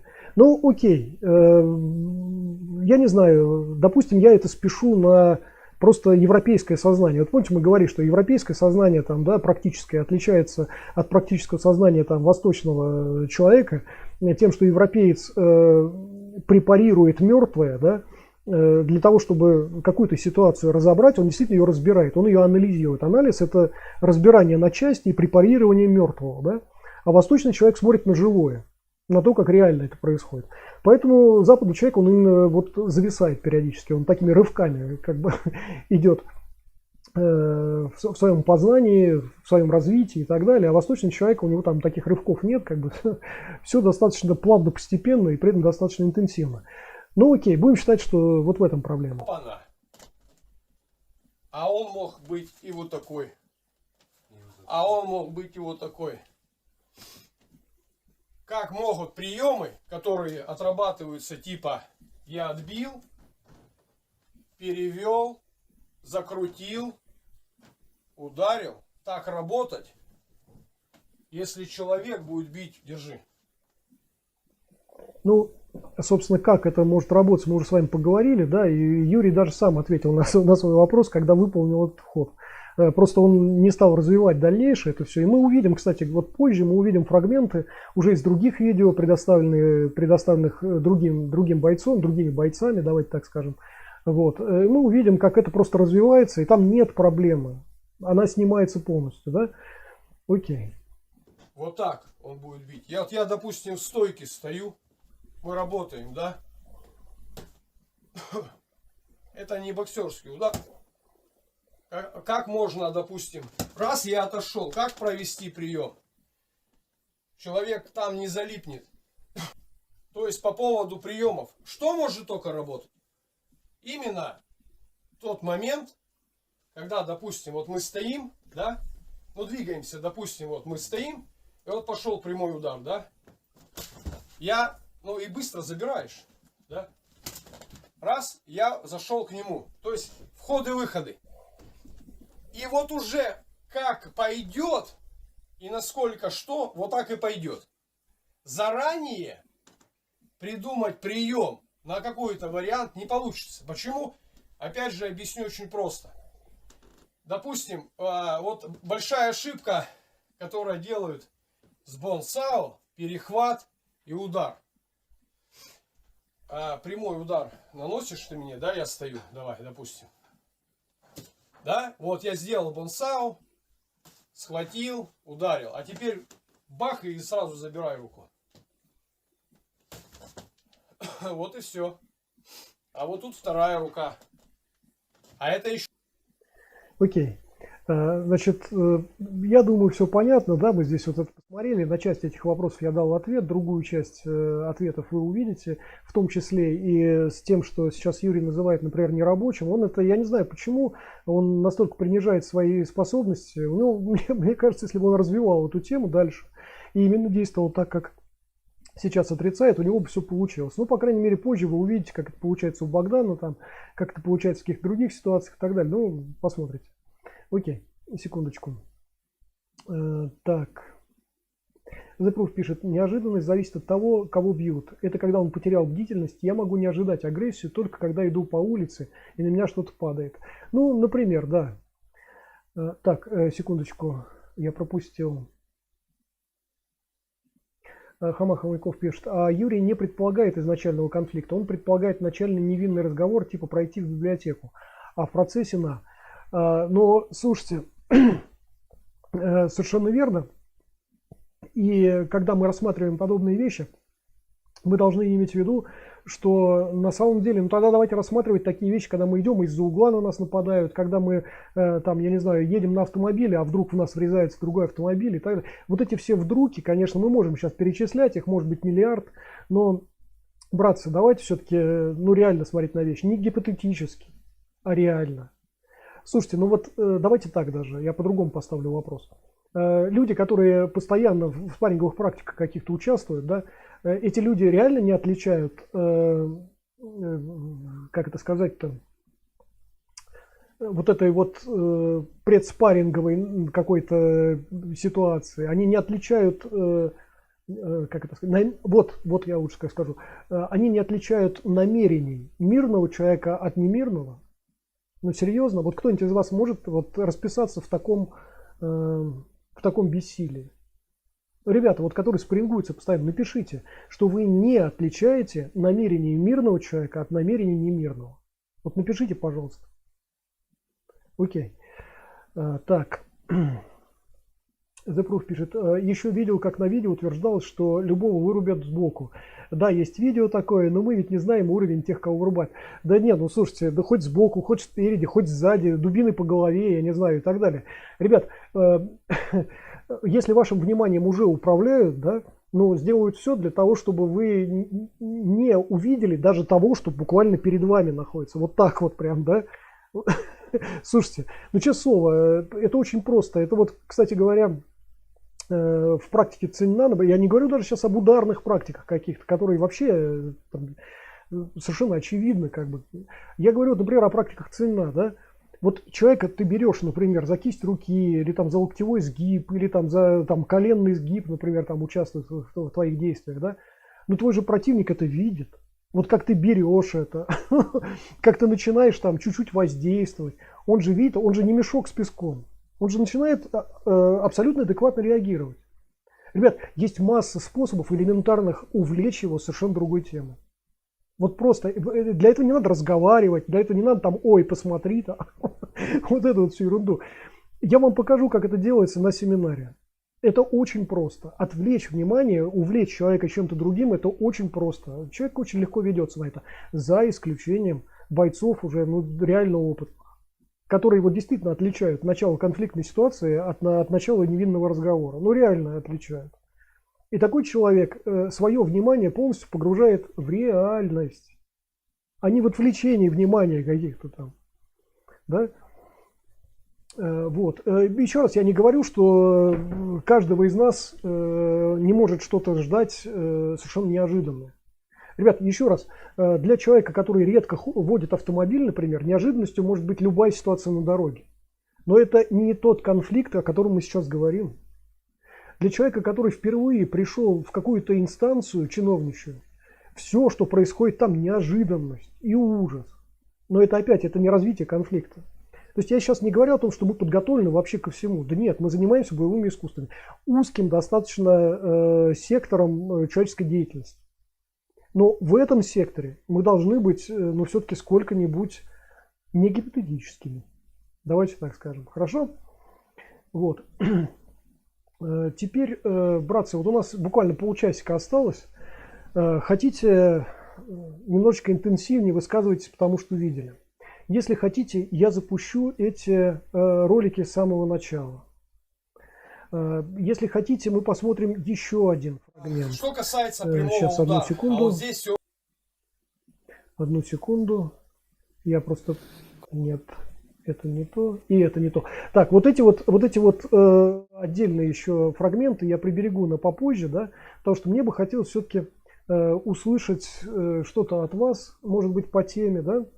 Может быть, вы что-то добавите к тому, что я говорю. Может быть, будут какие-то вопросы по поводу того, что мы уже увидели или там услышали от меня. И еще раз, если хотите, я снова поставлю эти фрагменты. Если вам что-то было непонятно, если вам надо во что-то всмотреться там, и так далее. И даже давайте я так и сделаю. Я сейчас поставлю эти фрагменты в надежде на то, что вы что-то все-таки еще дополнительно напишите. Давайте я вот с самого первого фрагмента даже все это запущу. Одну секундочку.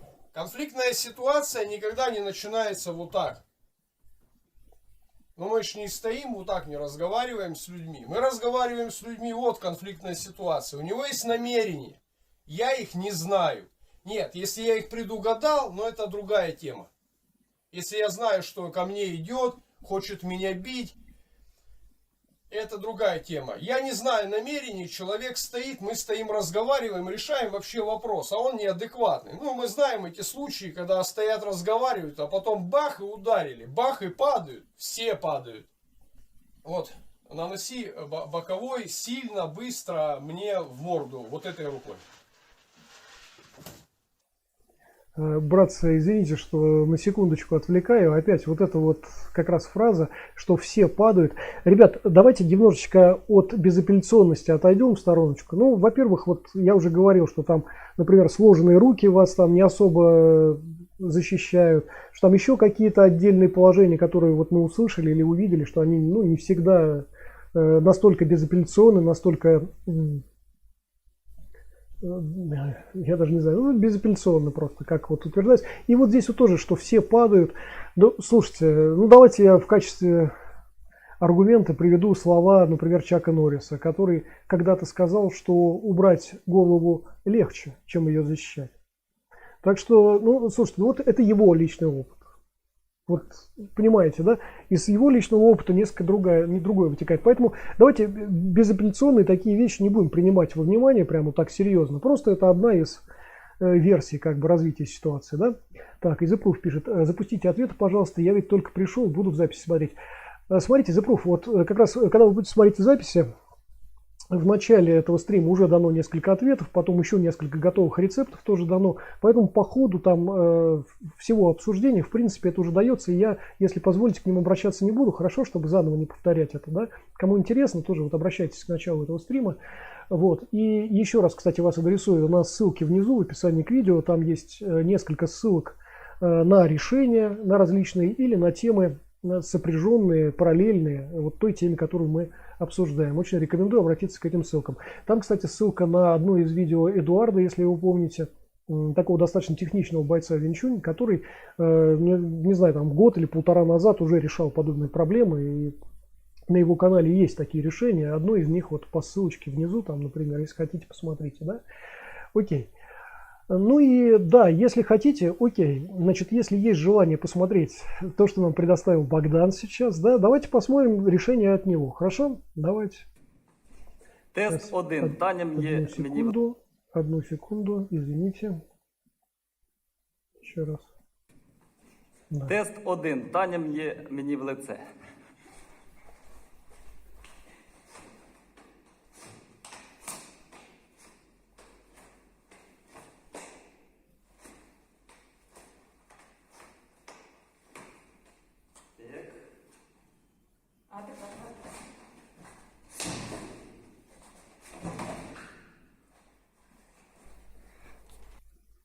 Вот очень хороший фрагмент, он короткий достаточно, да?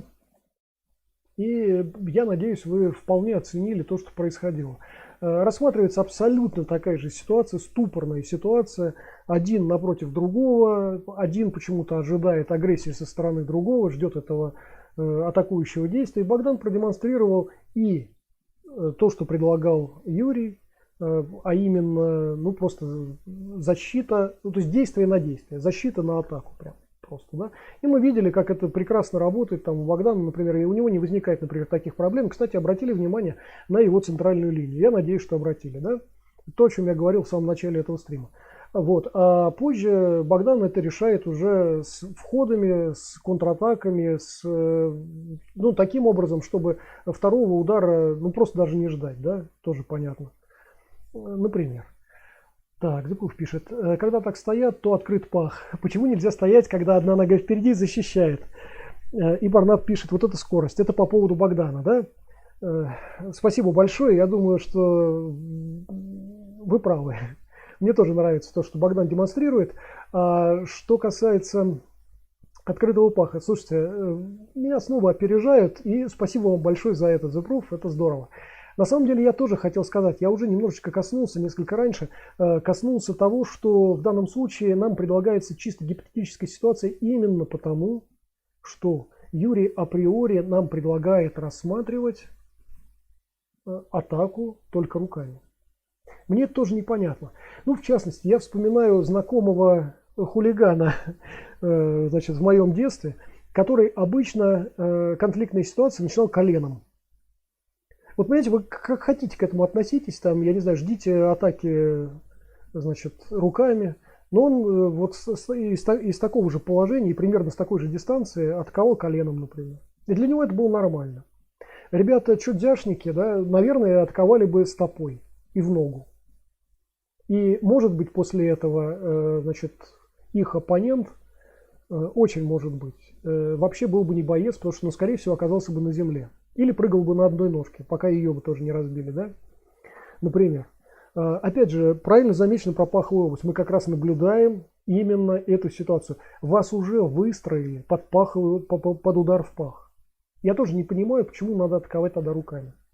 Мне тоже непонятно. Вот как раз вы немножечко меня опередили. Я вот пытался раньше немножечко задел такой сделать, сказать, что вас ориентируют только на, значит, атаки руками. Ну вот, это один из вариантов. Ребят, еще. Я вот говорил об изменении дистанции. Я говорил, уже тоже сделал небольшой задел такой, значит, по поводу дистанции, по поводу того, что здесь не рассматривалась короткая и сверхкороткая дистанция. Не только со стороны нашего оппонента, но и с нашей стороны. А почему мы не можем ее поменять? Вас выстраивают под среднюю дистанцию, например, как здесь показано, а мы в процессе там, значит, условных разговоров не меняем ее на короткую и сверхкороткую. Ребята, у меня был приятель, который подобные ситуации начинал головой. Ну и, кстати, в фильмах каких-то там, про каких-то бандюков, там, голливудских какие-то фильмы, да, там тоже головой начинают.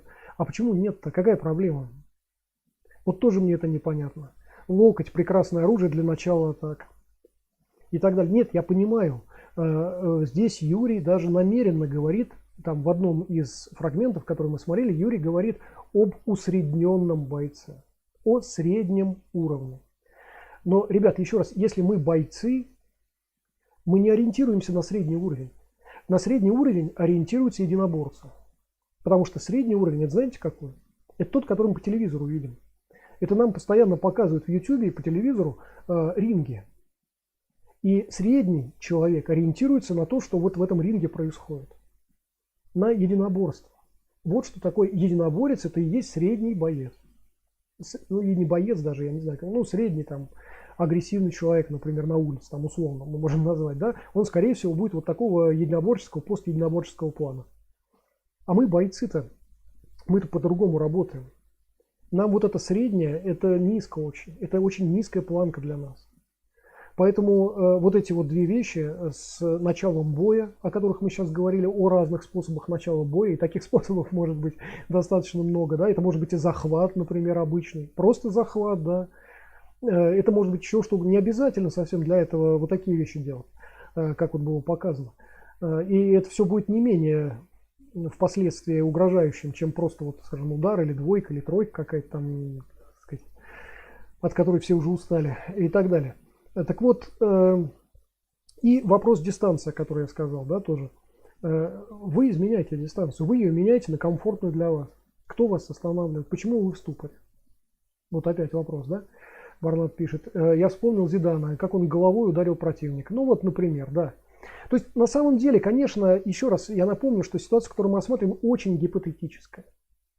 Очень гипотетическая. И именно вот по ряду перечисленных ранее причин и по тем, которые вот сейчас вот были перечислены. Очень гипотетическая ситуация. И опять мне непонятно, почему она такая ступорная для нас. И даже в случае, если она ступорная, мы вот видели решение от Богдана. Да? И это только одно решение. У меня еще в запасе еще один фрагмент Богданом же, значит, предоставленный. Мы это тоже увидим попозже. Вот. Иными словами, как уже говорилось в самом начале этого стрима, это не проблема. вот этот вопрос, который поставлен, он не имеет тупика какого-то. Это не тупик, это не проблема, это вопрос, который решается очень легко и разными совершенно методами, разными способами. То есть для этого существует не один волшебный метод, знаете, как в интернете там, значит, от этого удара невозможно защититься. Или вот защита, которая вас спасет от любого удара. Или еще какая-то вот эта вот фигня, вот эта вот профанация вся, да? Да нет, ну для любой проблемы существует ряд решений. Если вы думающий человек, то определенно существует ряд решений. Менее оптимальных и более оптимальных. И в области оптимальных решений тоже их существует, как правило, не одно решение такое. Я надеюсь, как мыслящие люди, вы это хорошо понимаете. И как люди, которые практикуют боевое искусство. Когда вы практикуете боевое искусство, вам никогда не задают алгоритм. И не говорят, что вот если вот ты так сделаешь, то все, вот это ты точно выиграешь. А если вот так сделаешь, то ты вот так. Вот эту вот ситуацию ты тоже отыграешь. Это означает, что для каждой энной ситуации должно быть энное решение. Да это глупость. Боевое искусство так не строится. Вам не дают алгоритма. Вам дают целые ряды решений. Действуйте так, как вам комфортно. Меняйте ситуацию сразу так, чтобы вам действовать так, как вам комфортно. Вот о чем сообщает нам боевое искусство и вся наша практика. И в этом смысле то, что мы рассмотрели сейчас, это не проблема. Это просто поставленный вопрос, на который мы, как мы видим, нашли массу ответов. И в том числе вот мы увидели демонстрации, например, таких решений. Ну давайте мы еще посмотрим, раз уж мы так вот двигаемся, еще немножечко у нас времени есть. Давайте мы посмотрим еще на одно решение. Коротше, в нас є маківара. Коротше, листочок. Бачите, цельний.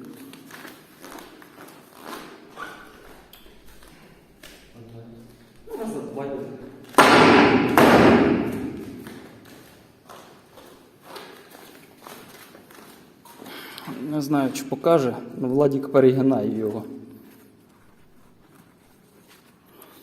Коротше, є тут перегінчик. Фокус просто не бере. О. Треба, щоб аж проникаючи. О. Ой. А ну, хрост такий получився. А ну, максимально швидко. О, заєбісь. Не повітря, там я от Семену йду. Що там наприклад.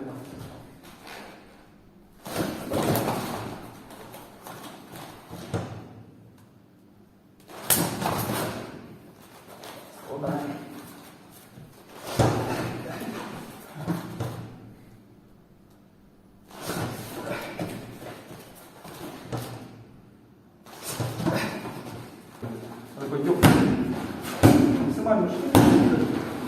Тепер боковуху так. Так. Та все, ми стоїмо, які задачі треба. Покажи, що до мене. Ну, приблизно у нас одинаково. От, і ти мені от сюди гладиш. Так, і треба, щоб ти доносив, бо ж не повіриш. О, хорошо. Ну все, готово? Да. Так, і не кажеш, коли якою рукою.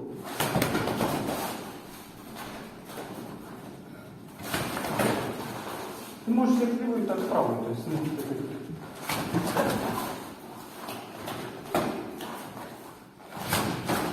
Так, тепер слідуючий там. Не. Таблук. Ти любой можеш і перевідати. Ага. Да. Ну, спущений, запущений. Типу ми говоримо, і ти дотягнувся.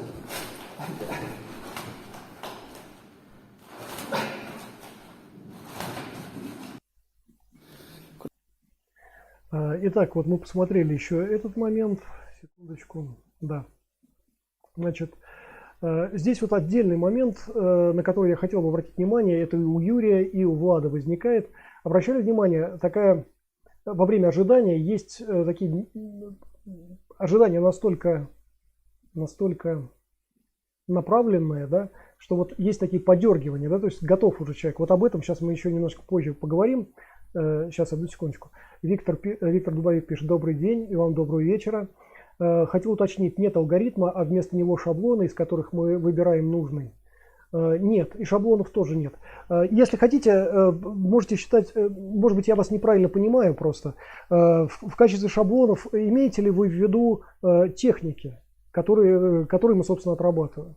Если да, то да, конечно, тогда мы имеем шаблоны. Вообще мы имеем техники, каждая из которых имеет целый ряд развитий, целый веер возможностей и изменений. Да? Вот если вы об этом говорите, то конечно. Дмитрий Олегович пишет, мне особенно понравился этот комментарий. Добрый вечер, вам добрый вечер. Вот вы говорите, что спортсмены это средний уровень, но ведь вы до них не дотягиваете в реалии. С чего такое отношение к спортсменам? Значит, во-первых, я не понимаю, почему я не дотягиваюсь до этого уровня, но это оставим на вашей совести. Если вы спортсмен, то у вас есть проблемы в том, чтобы со мной поработать спаррингово, да? У меня, например, нет с вами проблем. И с спортсменом я очень много работал. Вот. Но в любом случае, это ваше субъективное суждение, окей. А по поводу того, что вы сейчас вот говорите, значит, вы очень невнимательный человек, соответственно, плохой, наверное, боец. Потому что хороший боец внимателен. Я не говорил, что спортсмен – это средний уровень. Я сказал, что ожидания единоборца, как правило, связаны со средним человеком, который в основном питается информацией из единоборств. Вот что я сказал почти дословно. Поэтому, Дмитрий Олегович, поправьте немножечко, ну как-то, не знаю, свой радар там, что-то съехало. Так, Дмитрий Олегович продолжает. Видел вашу защиту от ножа. Извините, но это конец на улице для вас и ваших учеников. Я принимаю ваши извинения. Наверное, вы извиняетесь, потому что не правы, да? Потому что ни в спарринговой ситуации, ни в реальной, поверьте мне, меня это еще не подвело. А если у вас что-то не получается с этим, ну, искренне сожалею. Просто. The Proof пишет, началась старая песня о главном. Дмитрий Олегович. Ну да, старая песня о главном. Ну окей, бог с ним.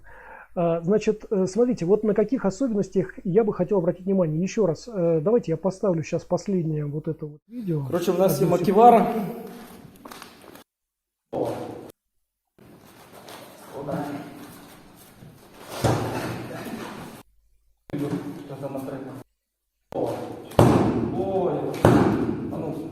Кросс такий полуглуховий.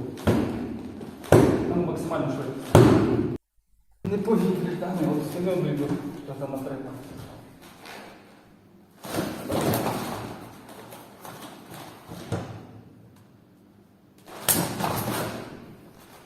Складаємо.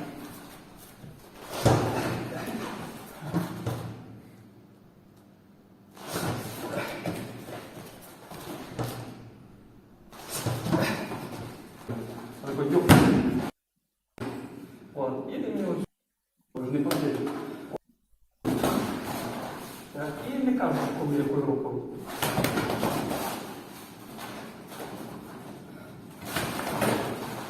Ти можеш як лівою, так правою, то есть, Вот я надеюсь, что обратили внимание на вот эти вот иногда возникающие подрагивания у Богдана, да, и то же самое мы наблюдали у Юрия. Так вот, смотрите, значит, несмотря на то, что многие из нас, наверное, бы это посчитали за ошибку или за нарушение каких-то оговоренных условий, типа мы должны вообще не дергаться до момента, пока нас проатакуют, да, наверняка у многих возникают именно такие мысли. Так вот, я бы хотел сказать, что это как раз, вот то, что мы сейчас наблюдаем, это как раз опять из области решений, братцы. Вот это вот подрагивание, ребят, это стремление уже изменить ситуацию. Ничего не ждать, а стремление изменить ситуацию, сделать ее комфортной для себя. Это вот то, о чем мы говорили несколько выше. Просто здесь Богдан, будучи, ну и Юрий перед этим, будучи связанными вот этими условностями, непонятно зачем, какими ступорными условностями, да, они пытаются следовать этому правилу, не дергаться до момента, пока нас проатакуют.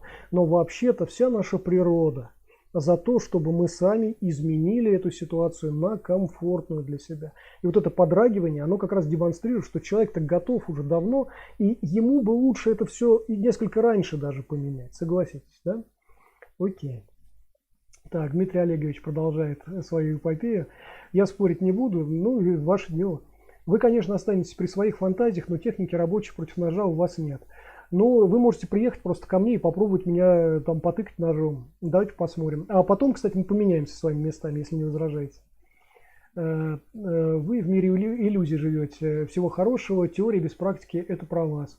Полагаю, что может быть практика без теории – это про меня. И мне периодически приходится подводить под мою практику какую-то теорию и иногда на этом канале и на другом выступать с этой теорией.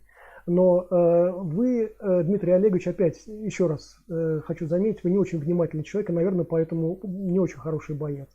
Вы не очень следите за тем, что происходит на этом канале, и не очень знакомы все-таки с тем, что я делаю. К сожалению. Надо все-таки быть ближе к реальности. Окей. И Дмитрий Олегович попрощался, а там ниже опять пишет. Волшебник. Бойцовский клуб пишет. Добрый вечер, и вам доброго вечера. Отличное упражнение. Главное не думать, не угадывать, избавиться от мыслей, а тело само все сделает. Вот очень хорошо вы заметили, что не надо угадывать. Вот там, кстати, у Юрия в начале, в самом этих фрагментах, там есть такие моменты, когда он говорит про угадайку. Про то, что вот не угадать или еще что-то. Вот, ребят, как только вы обращаетесь к этой угадайке, когда вы думаете, как угадать действия противника, это означает, что лучше, ребят, даже оставьте это. Знаете, если вы сомневаетесь, выходить из дома или не выходить, лучше не выходить. Значит, есть причина для такого сомнения. Если вы сомневаетесь, угадаете вы или не угадаете, откажитесь вообще от эксперимента. Вот это 50 на 50, это не про бойца, это очень плохо. Угадывать ничего не надо. Либо вы универсальный боец и универсальными техниками пользуетесь, универсально пользуетесь техниками, да? Либо вы пока еще далеки от этого. Вот так. Окей. Секундочку. Зепруф пишет, а зачем, собственно, ждать атаку? Не проще сразу делать вход после любого стимула? Да, конечно, можно, но будем считать, что априори нас загнали в какую-то вот гипотетическую ситуацию, которую мы постоянно рассматриваем на протяжении всего этого стрима. Еще раз, она очень гипотетическая, это правда. Окей. Дмитрий Олегович продолжает. Виктор, все правильно, защита от одиночного и заранее известного удара. Показуха.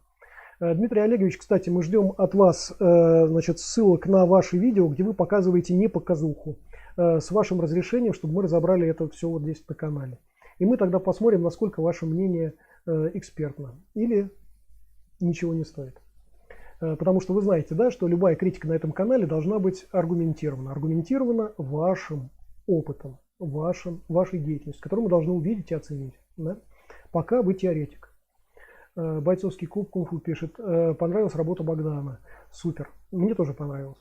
Зепруф пишет, мне вот интересно, они реально приходят нам сказать, что мы в иллюзиях? Ну да, они постоянно приходят сюда. Ребят, в начале этого стрима было сказано, сейчас весна, время весеннего обострения. У нас на канале появилось несколько человек, которые вот приходят с такой ерундой. Одного даже пришлось забанить. Было очень весело с ним общаться, реально прям смешно с ним общаться. И мне это понравилось даже, у меня было время. Ну вот.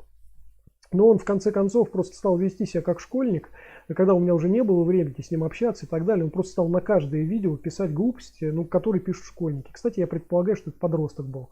Вот, и мне пришлось его забанить, ну, просто потому что, вы знаете, да, у нас есть мораторий на флуд, когда человек начинает флудить, одно и то же пишет на разные там видео, глупости какие-то, ну, мы его баним просто, да. Такая история. Но да, такие люди еще будут приходить, потому что впереди у нас апрель, май, да, до лета обострение как бы не снимается, иначе чем медикаментозно. Окей. Влад пишет, добрый вечер, Станислав. И вам доброго вечера. Влад, очень рад видеть, и замечательно вы работали на этих видео. Дмитрий Олегович продолжает. Слушайте, Дмитрий Олегович, знаете, я, наверное, не буду читать, да, ну, вас нафиг, честно говоря. И вот, и сейчас... Ой, опять что-то тут началось. Так, да, давайте вот так вот пока сделаем, наверное. Вот так. Окей. Так, секундочку. Сергей Криенко пишет, а если с ноги или серия ударов? Да, совершенно верно. Ну вот мы об этом говорили несколько раньше, рассматривали и такие ситуации, совершенно верно. Окей.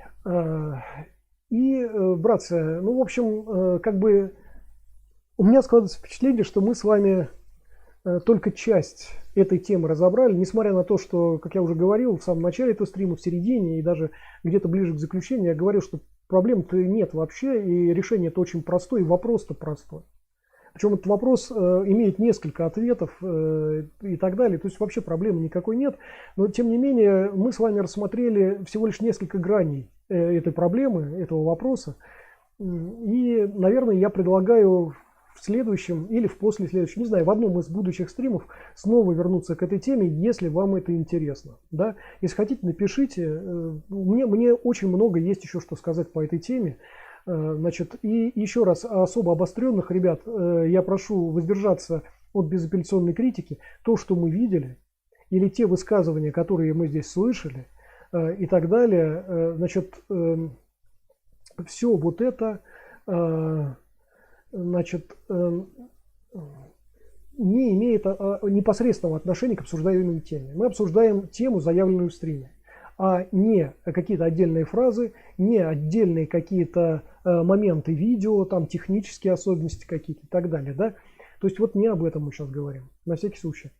Так, ДВТ пишет, вот вы всех приглашаете на спарринг. Нет, я не приглашаю всех на спарринг. Почему?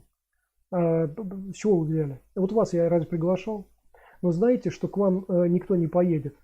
Ну, во-первых, я сам бываю в России, правда, очень редко. Я очень хочу съездить в Украину, и, значит, если я туда поеду с семинаром, тоже всех приглашаю в это место, и проблемы нет вообще никакой. Также точно нет проблемы к тому, чтобы приехать ко мне. Ко мне не раз приезжали бойцы на семинары, поэтому никто не поедет. ДВТ, вы, наверное, из тех, кто безапелляционно утверждаете то, чего нет опять, да, к сожалению. Бойцовский клуб пишет, Дмитрий Олегович, в кунг-фу побеждают спортсменов, отлично спаррингуют, изучите вопрос со всех сторон, беспристрастно. Я это сделал и уже не скептик, я за. Окей, спасибо.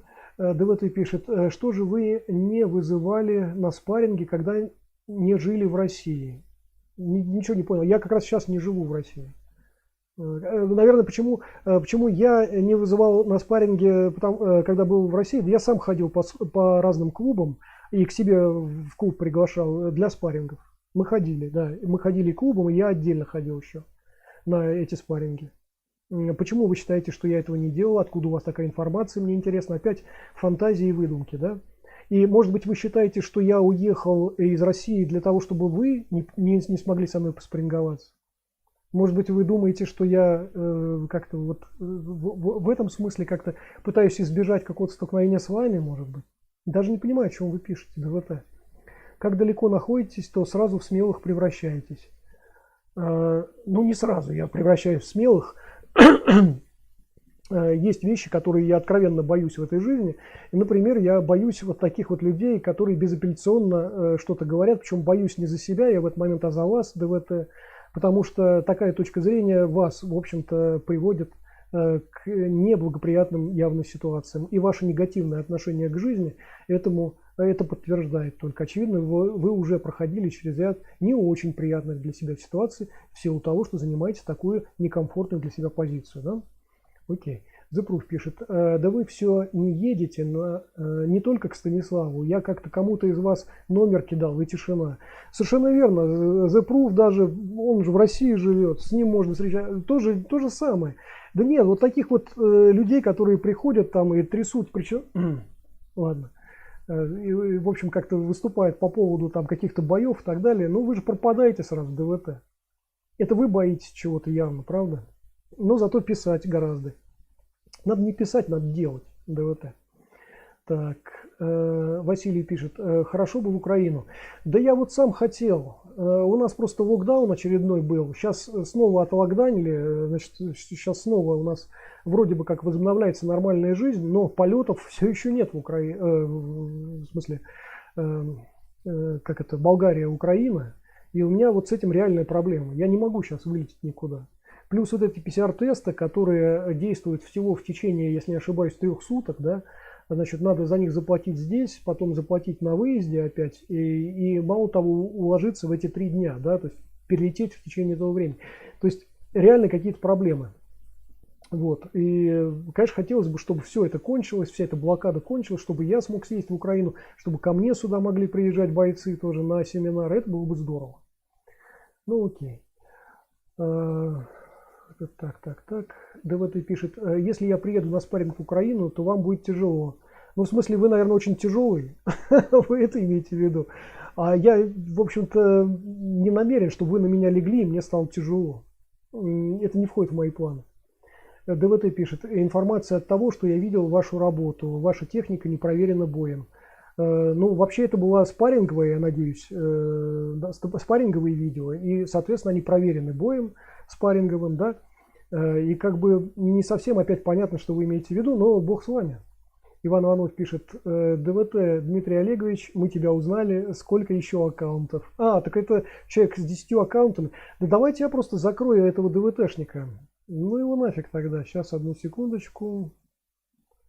Ну вот, все, собственно говоря. Еще одного аккаунта, наверное, у него нет теперь. Окей.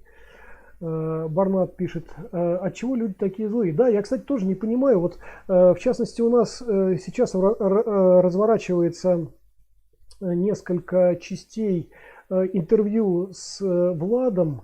Мы говорим о Бадичуань, да, вот обратили внимание, например, вчера у нас выходила вторая часть, если не ошибаюсь, вот в ближайшие дни там 3-й, 4-й выйдут части, да, этого обсуждения. И вот обратили внимание, там Влад как раз говорит о том, что, ну, были времена, когда бойцы друг другу помогали, когда не было конкуренции, ну, иначе, чем в спарринговой практике, то есть это естественно вполне. А чтобы боец что-то как-то катил на бойца, вот такого не было. Это было нехорошо, это была потеря лица все-таки тоже, понимаете? Критическое безапелляционное отношение вообще выдает просто плохого бойца. По крайней мере, у нас так это было, и я думаю, что это так, в принципе, в жизни-то и осталось. И когда какие-то потешные бои, там вот эти вот всякие, и предварительно спортсмены катят друг на друга, но это часть шоу. Но, слушайте, мы-то живем не в шоу, мы-то живем в реальной жизни. И здесь другие законы вообще действуют. И за то, что вы катите баллон, там, например, на кого-то из бойцов, хороших или плохих, или очень даже плохих, вот то, что вы катите там какие-то баллоны, но вам что, за это платят, что ли? Как вот этим людям там перед соревнованием, перед каким-то? Серьезно? Вот чем вы вообще занимаетесь? Для чего это нужно? Я тоже это не понимаю, конечно. И не понимаю действительно, почему вот, люди такие напряженные, почему так много негатива какого-то. Не, я понимаю, постсоветское пространство во многом живет в негативном ключе. И, так сказать, не все страны постсоветские развиваются там по какому-то позитивному сценарию, и это добавляет стресса, это тоже понятно. Но это уже политические чисто факторы. Но, братцы, а от вас что, ничего не зависит в жизни? Вы сами хотите действительно быть под постоянным прессингом вот этого негатива? Или вы хотите все-таки что-то позитивного для своей жизни? Вот я вот это тоже понять не могу, но окей. Сергей Кривенко пишет: из этого положения руки на груди удар не отбить. Противник ударит быстрее. Но мы же видим, что Богдан-то это делает. Я даже не понимаю. Там причем перед Богданом, в частности, было поставлено условие, чтобы его оппонент был тяжелее, там, сильнее априори и так далее. Мы видим, что Богдан с этим справляется. Да? То есть из рук на груди, из этого положения руки на груди. Так что, Сергей, ну или вы невнимательно смотрели все-таки, или я даже не знаю, что. Ну почему не отбить? Ну отбивает, ну блокирует там, да. Окей. Так, противник ударит быстрее, непонятно почему. На видео человек знает, что будет удар, а в жизни не факт, что это произойдет или произойдет что-то другое, например, проход. Ну, слушайте, Сергей, мы это как раз обсуждали несколько раньше. Давайте не будем повторять это, ладно? Мы это уже обсудили вообще. Окей. Так, Зепрух пишет: представьте, что человек 10 лет занимался якобы суперискусством, а в итоге оказывается, что фигней занимался. Вот им и обидно. Агрессия — признак непринятия реальности. Да, совершенно верно. И вот мы от компании Увейской, например, периодически это видим. Да? Ну, то есть люди вообще не готовы к экстремальным ситуациям, тем не менее не выносят тех, кто хоть немного, хоть чуть-чуть прикладником является. Да? Ну, бог с ними. Давайте относиться к этому как просто к какому-то побочному явлению нашего общения с вами. Ничего страшного. Василий пишет: злость — плохое качество для бойца, лучше смелость, как и в жизни. Да, совершенно верно. Ну, еще раз, кстати, адресую вот к видео по ссылочке, самая первая ссылочка, там внизу в описании. Вот если хотите посмотреть, это все имеет отношение в том числе и к мировоззрению такому нормальному бойца. Барнат пишет, да, я смотрел, понравилось интервью, 2 части. Спасибо большое и огромное спасибо Владу за то, что, значит, ну, у меня была возможность записать это интервью. К сожалению, там фонит немножечко звук, вечная проблема с этими вещами. То такая проблема, то такая проблема. Ну окей, главное, что мы хотя бы неплохо достаточно видим и слышим Влада, значит, и его какие-то... его мнение о БАДе, и о практике его и так далее, в том числе он рассказывает о собственном опыте. Окей.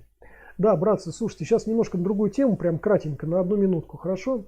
Значит, смотрите, меня тут немного упрекнули в том, что в общении, в комментариях я все время рисую смайлики такие, вот пишу, да, вот, что, ну, типа, это, братан, это не модно, сейчас через эти смайлики несколько другие эмоции передают, хотя мне показалось, что все уже присутствующие на этом канале адекватно это воспринимают, кроме полных неадекватов, которые бесятся не только от этого, а вообще от всего, что происходит вокруг них, да, типа ДВТ вот этого, Дмитрия Олеговича и прочих подобных личностей. Вот.